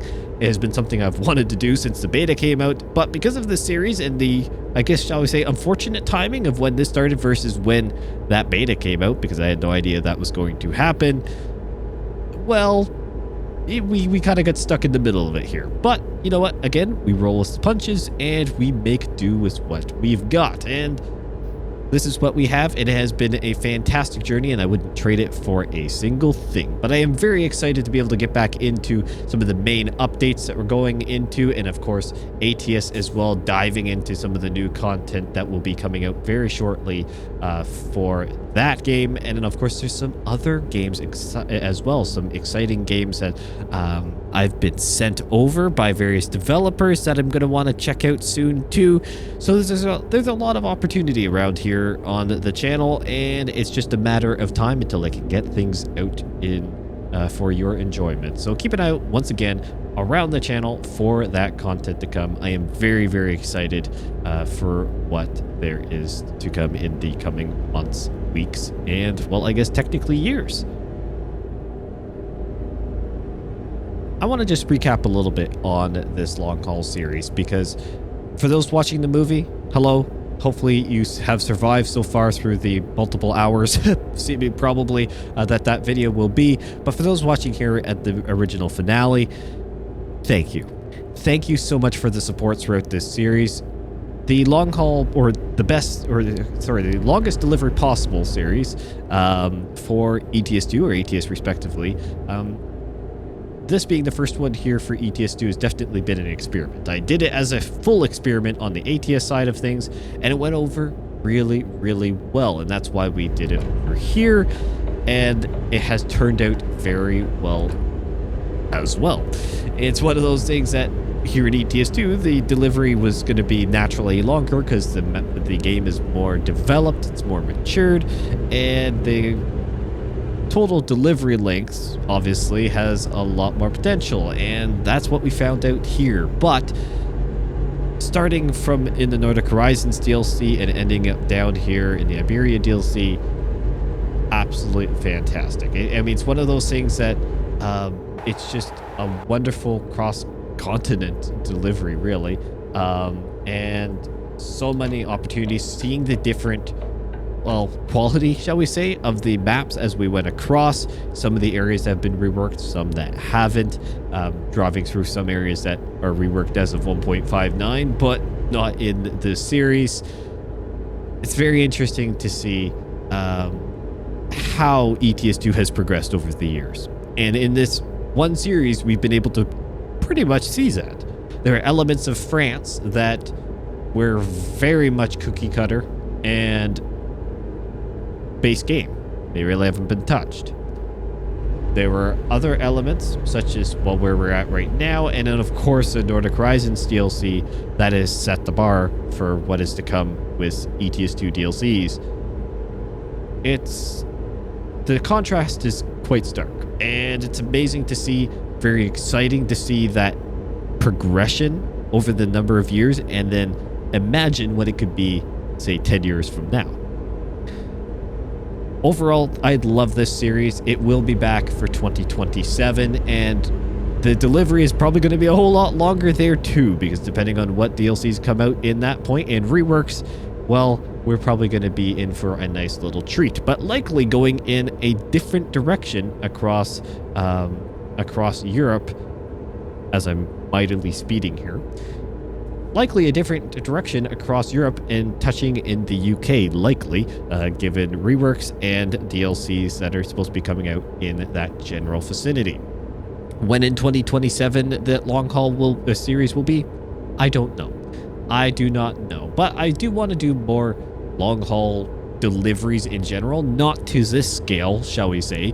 But I do want to do more long haul deliveries in general for both ATS and ETS2, not have it just this once a year massive long haul and call it a day.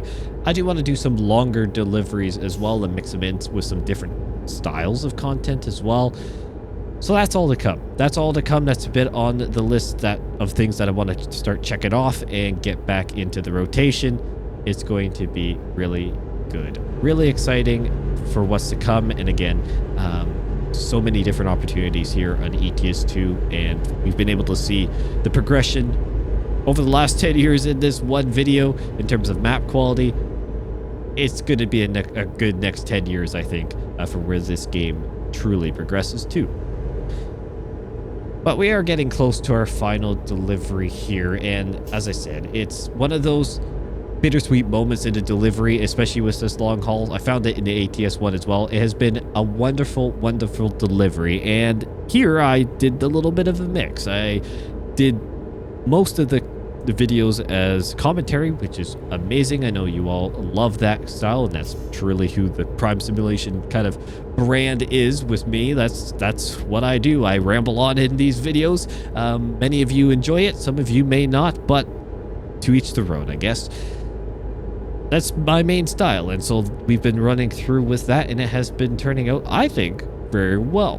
But again, decided to throw in just a little bit of something different with 5 and 6, mainly, again, because of the delivery length and how long these videos have been taking to get out, and that's, I'll put my hand up on that, obviously. That's on me because of scheduling and other stuff that has kind of put some dampers on the speed in which I can get that up. Some other issues with having to re-record episode 4 or so, I can't remember now, whatever. Just some other issues along the way that definitely didn't help things.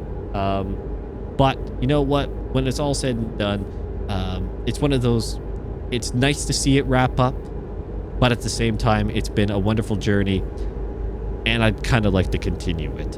And of course we will. We're still going to be doing other stuff here in ETS2, and as I said, some potentially longer deliveries as well. Not just, say, the 20-minute episodes or 15, 20-minute episodes that I standardly do.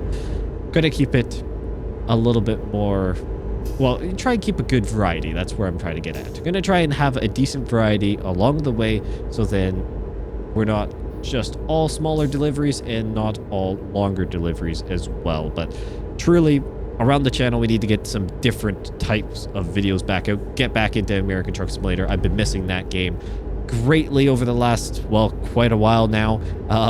And then again, as I said, I've got a number of other games that have been sent to me that are very exciting, that I'm going to be checking out soon as well. And of course, comment down below if there's anything in particular you want to see me do around here on the channel, whether it's a game that I've already done or a different simulator or some other game that you want to see me check out.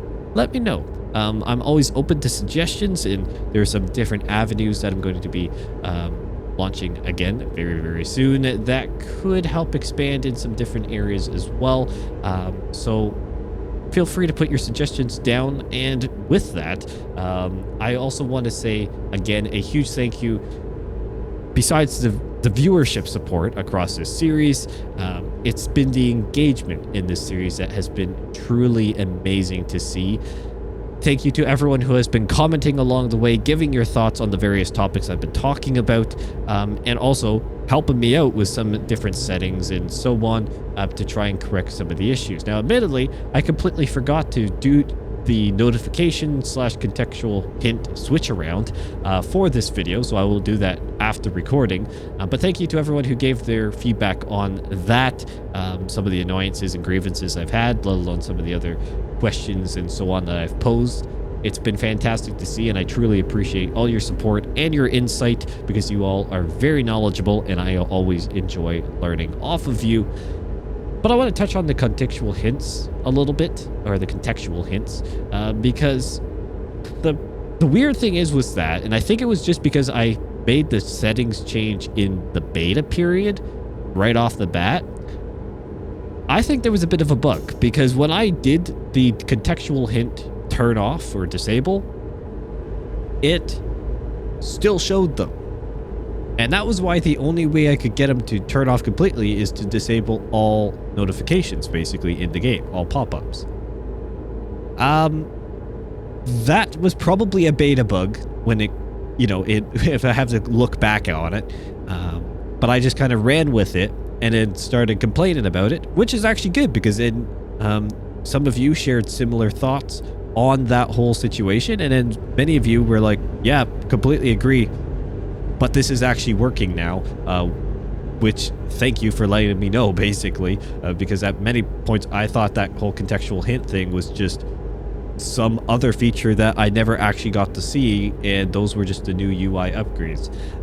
So it's great to see that that wasn't the case, or at least seemingly. And so for episodes moving forward, let's see how it goes then, I guess. We're gonna hope for the best and see if that option is truly working for me. Again, I don't really have any mods. Well, I don't have any mods in this series at all, and none of the mods I generally run should have too much of an impact on, you know, the contextual hints thing. But game upgrades are game upgrades, and you never know what could go wrong when it's all said and done. Sometimes the game just has a mind of its own, and you've got to roll with it. Do I need to be exiting here? I think I do. I sure do. That was a good thing. I decided to look at the GPS at the last moment. That was a good call on my part.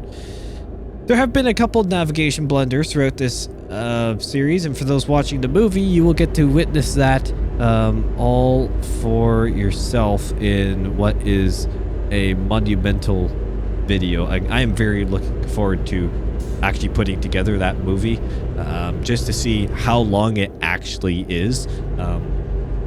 It's one of those, you never truly know what you're gonna get until you actually put it together. It's going to be probably a couple hours here, based off of some of the lengths of the videos I've had to date in this series, let alone then, well, the quantity of the videos too. I think we're looking at a pretty decent, legit movie for this delivery, which went over very well in the ATS side of things. You all really enjoyed the long haul movie. So we're going to see how the ETS2 version goes. Again, there's a little bit of experimentation on it, but it's more just a culmination video for everything that has gone on in this long haul, and a great way to sum it up into one video that you can reference for years to come, instead of digging back through for the individual episodes. That is, unless if you want to watch the individual episodes, which, of course, you're probably watching this one, so thank you. Thank you, and they're great as well. But with that, we are pulling into our delivery point here after thousands of kilometers covered across multiple in-game days. We have finally arrived at the industry. We are delivering this peanut butter too. That's this Nordic peanut butter that must be some form of delicacy that everyone wants, and I drove to the wrong side of the building because I'm Prime Simulation and I can't finish this in a nice smooth fashion. Everything, well, the last couple episodes have been fairly decent ish, kind of, not really. And then there's this. Why did I drive to this side of the building when the indicator is clearly on the other side? I will never know at this point. I should really stop questioning myself, considering I am Prime Simulation, and I tend to have major blunders all the time. And speaking about blunders, a beautiful tight reverse that we've got to navigate here. So we're going to do a nice loop again, and we're going to try and get into this spot. So we're going to come up here and get to about there. Let's see. Turn out the window, maybe. See if I can keep my head cranked over. Come on, camera. Work with me. Head tracking is having a field day because my settings I'm still trying to figure out. Okay, steerable trailer axles is beautiful, but I think we are... If I haven't hit that trailer, because my head... Okay, we gotta just do this maybe old-fashioned way with the mirrors. If I haven't scraped up against that trailer, it is incredibly close. Like, that was millimeter perfection, basically, if it was, but I have a feeling I may have taken a little bit of blue paint to my white trailer. But besides the really very close reverse on that far side, we have managed to park our trailer and complete the longest delivery possible, or technically just about as long as possible, here in 2026 for ETS2. What a fantastic series. Thank you all so much for supporting this series, as I've mentioned multiple times throughout the series, and of course within this video. Thank you so much for all the support throughout these videos, and I hope that you look forward to the movie that will be coming out very soon. 2027 is going to be a very interesting long haul. I have a good feeling about that one, and likely we'll be going in a completely different direction. So a whole new journey, truly, through and through. Once again, thank you all so much for watching. Comment down below if you have any suggestions, and I will see you in the next one.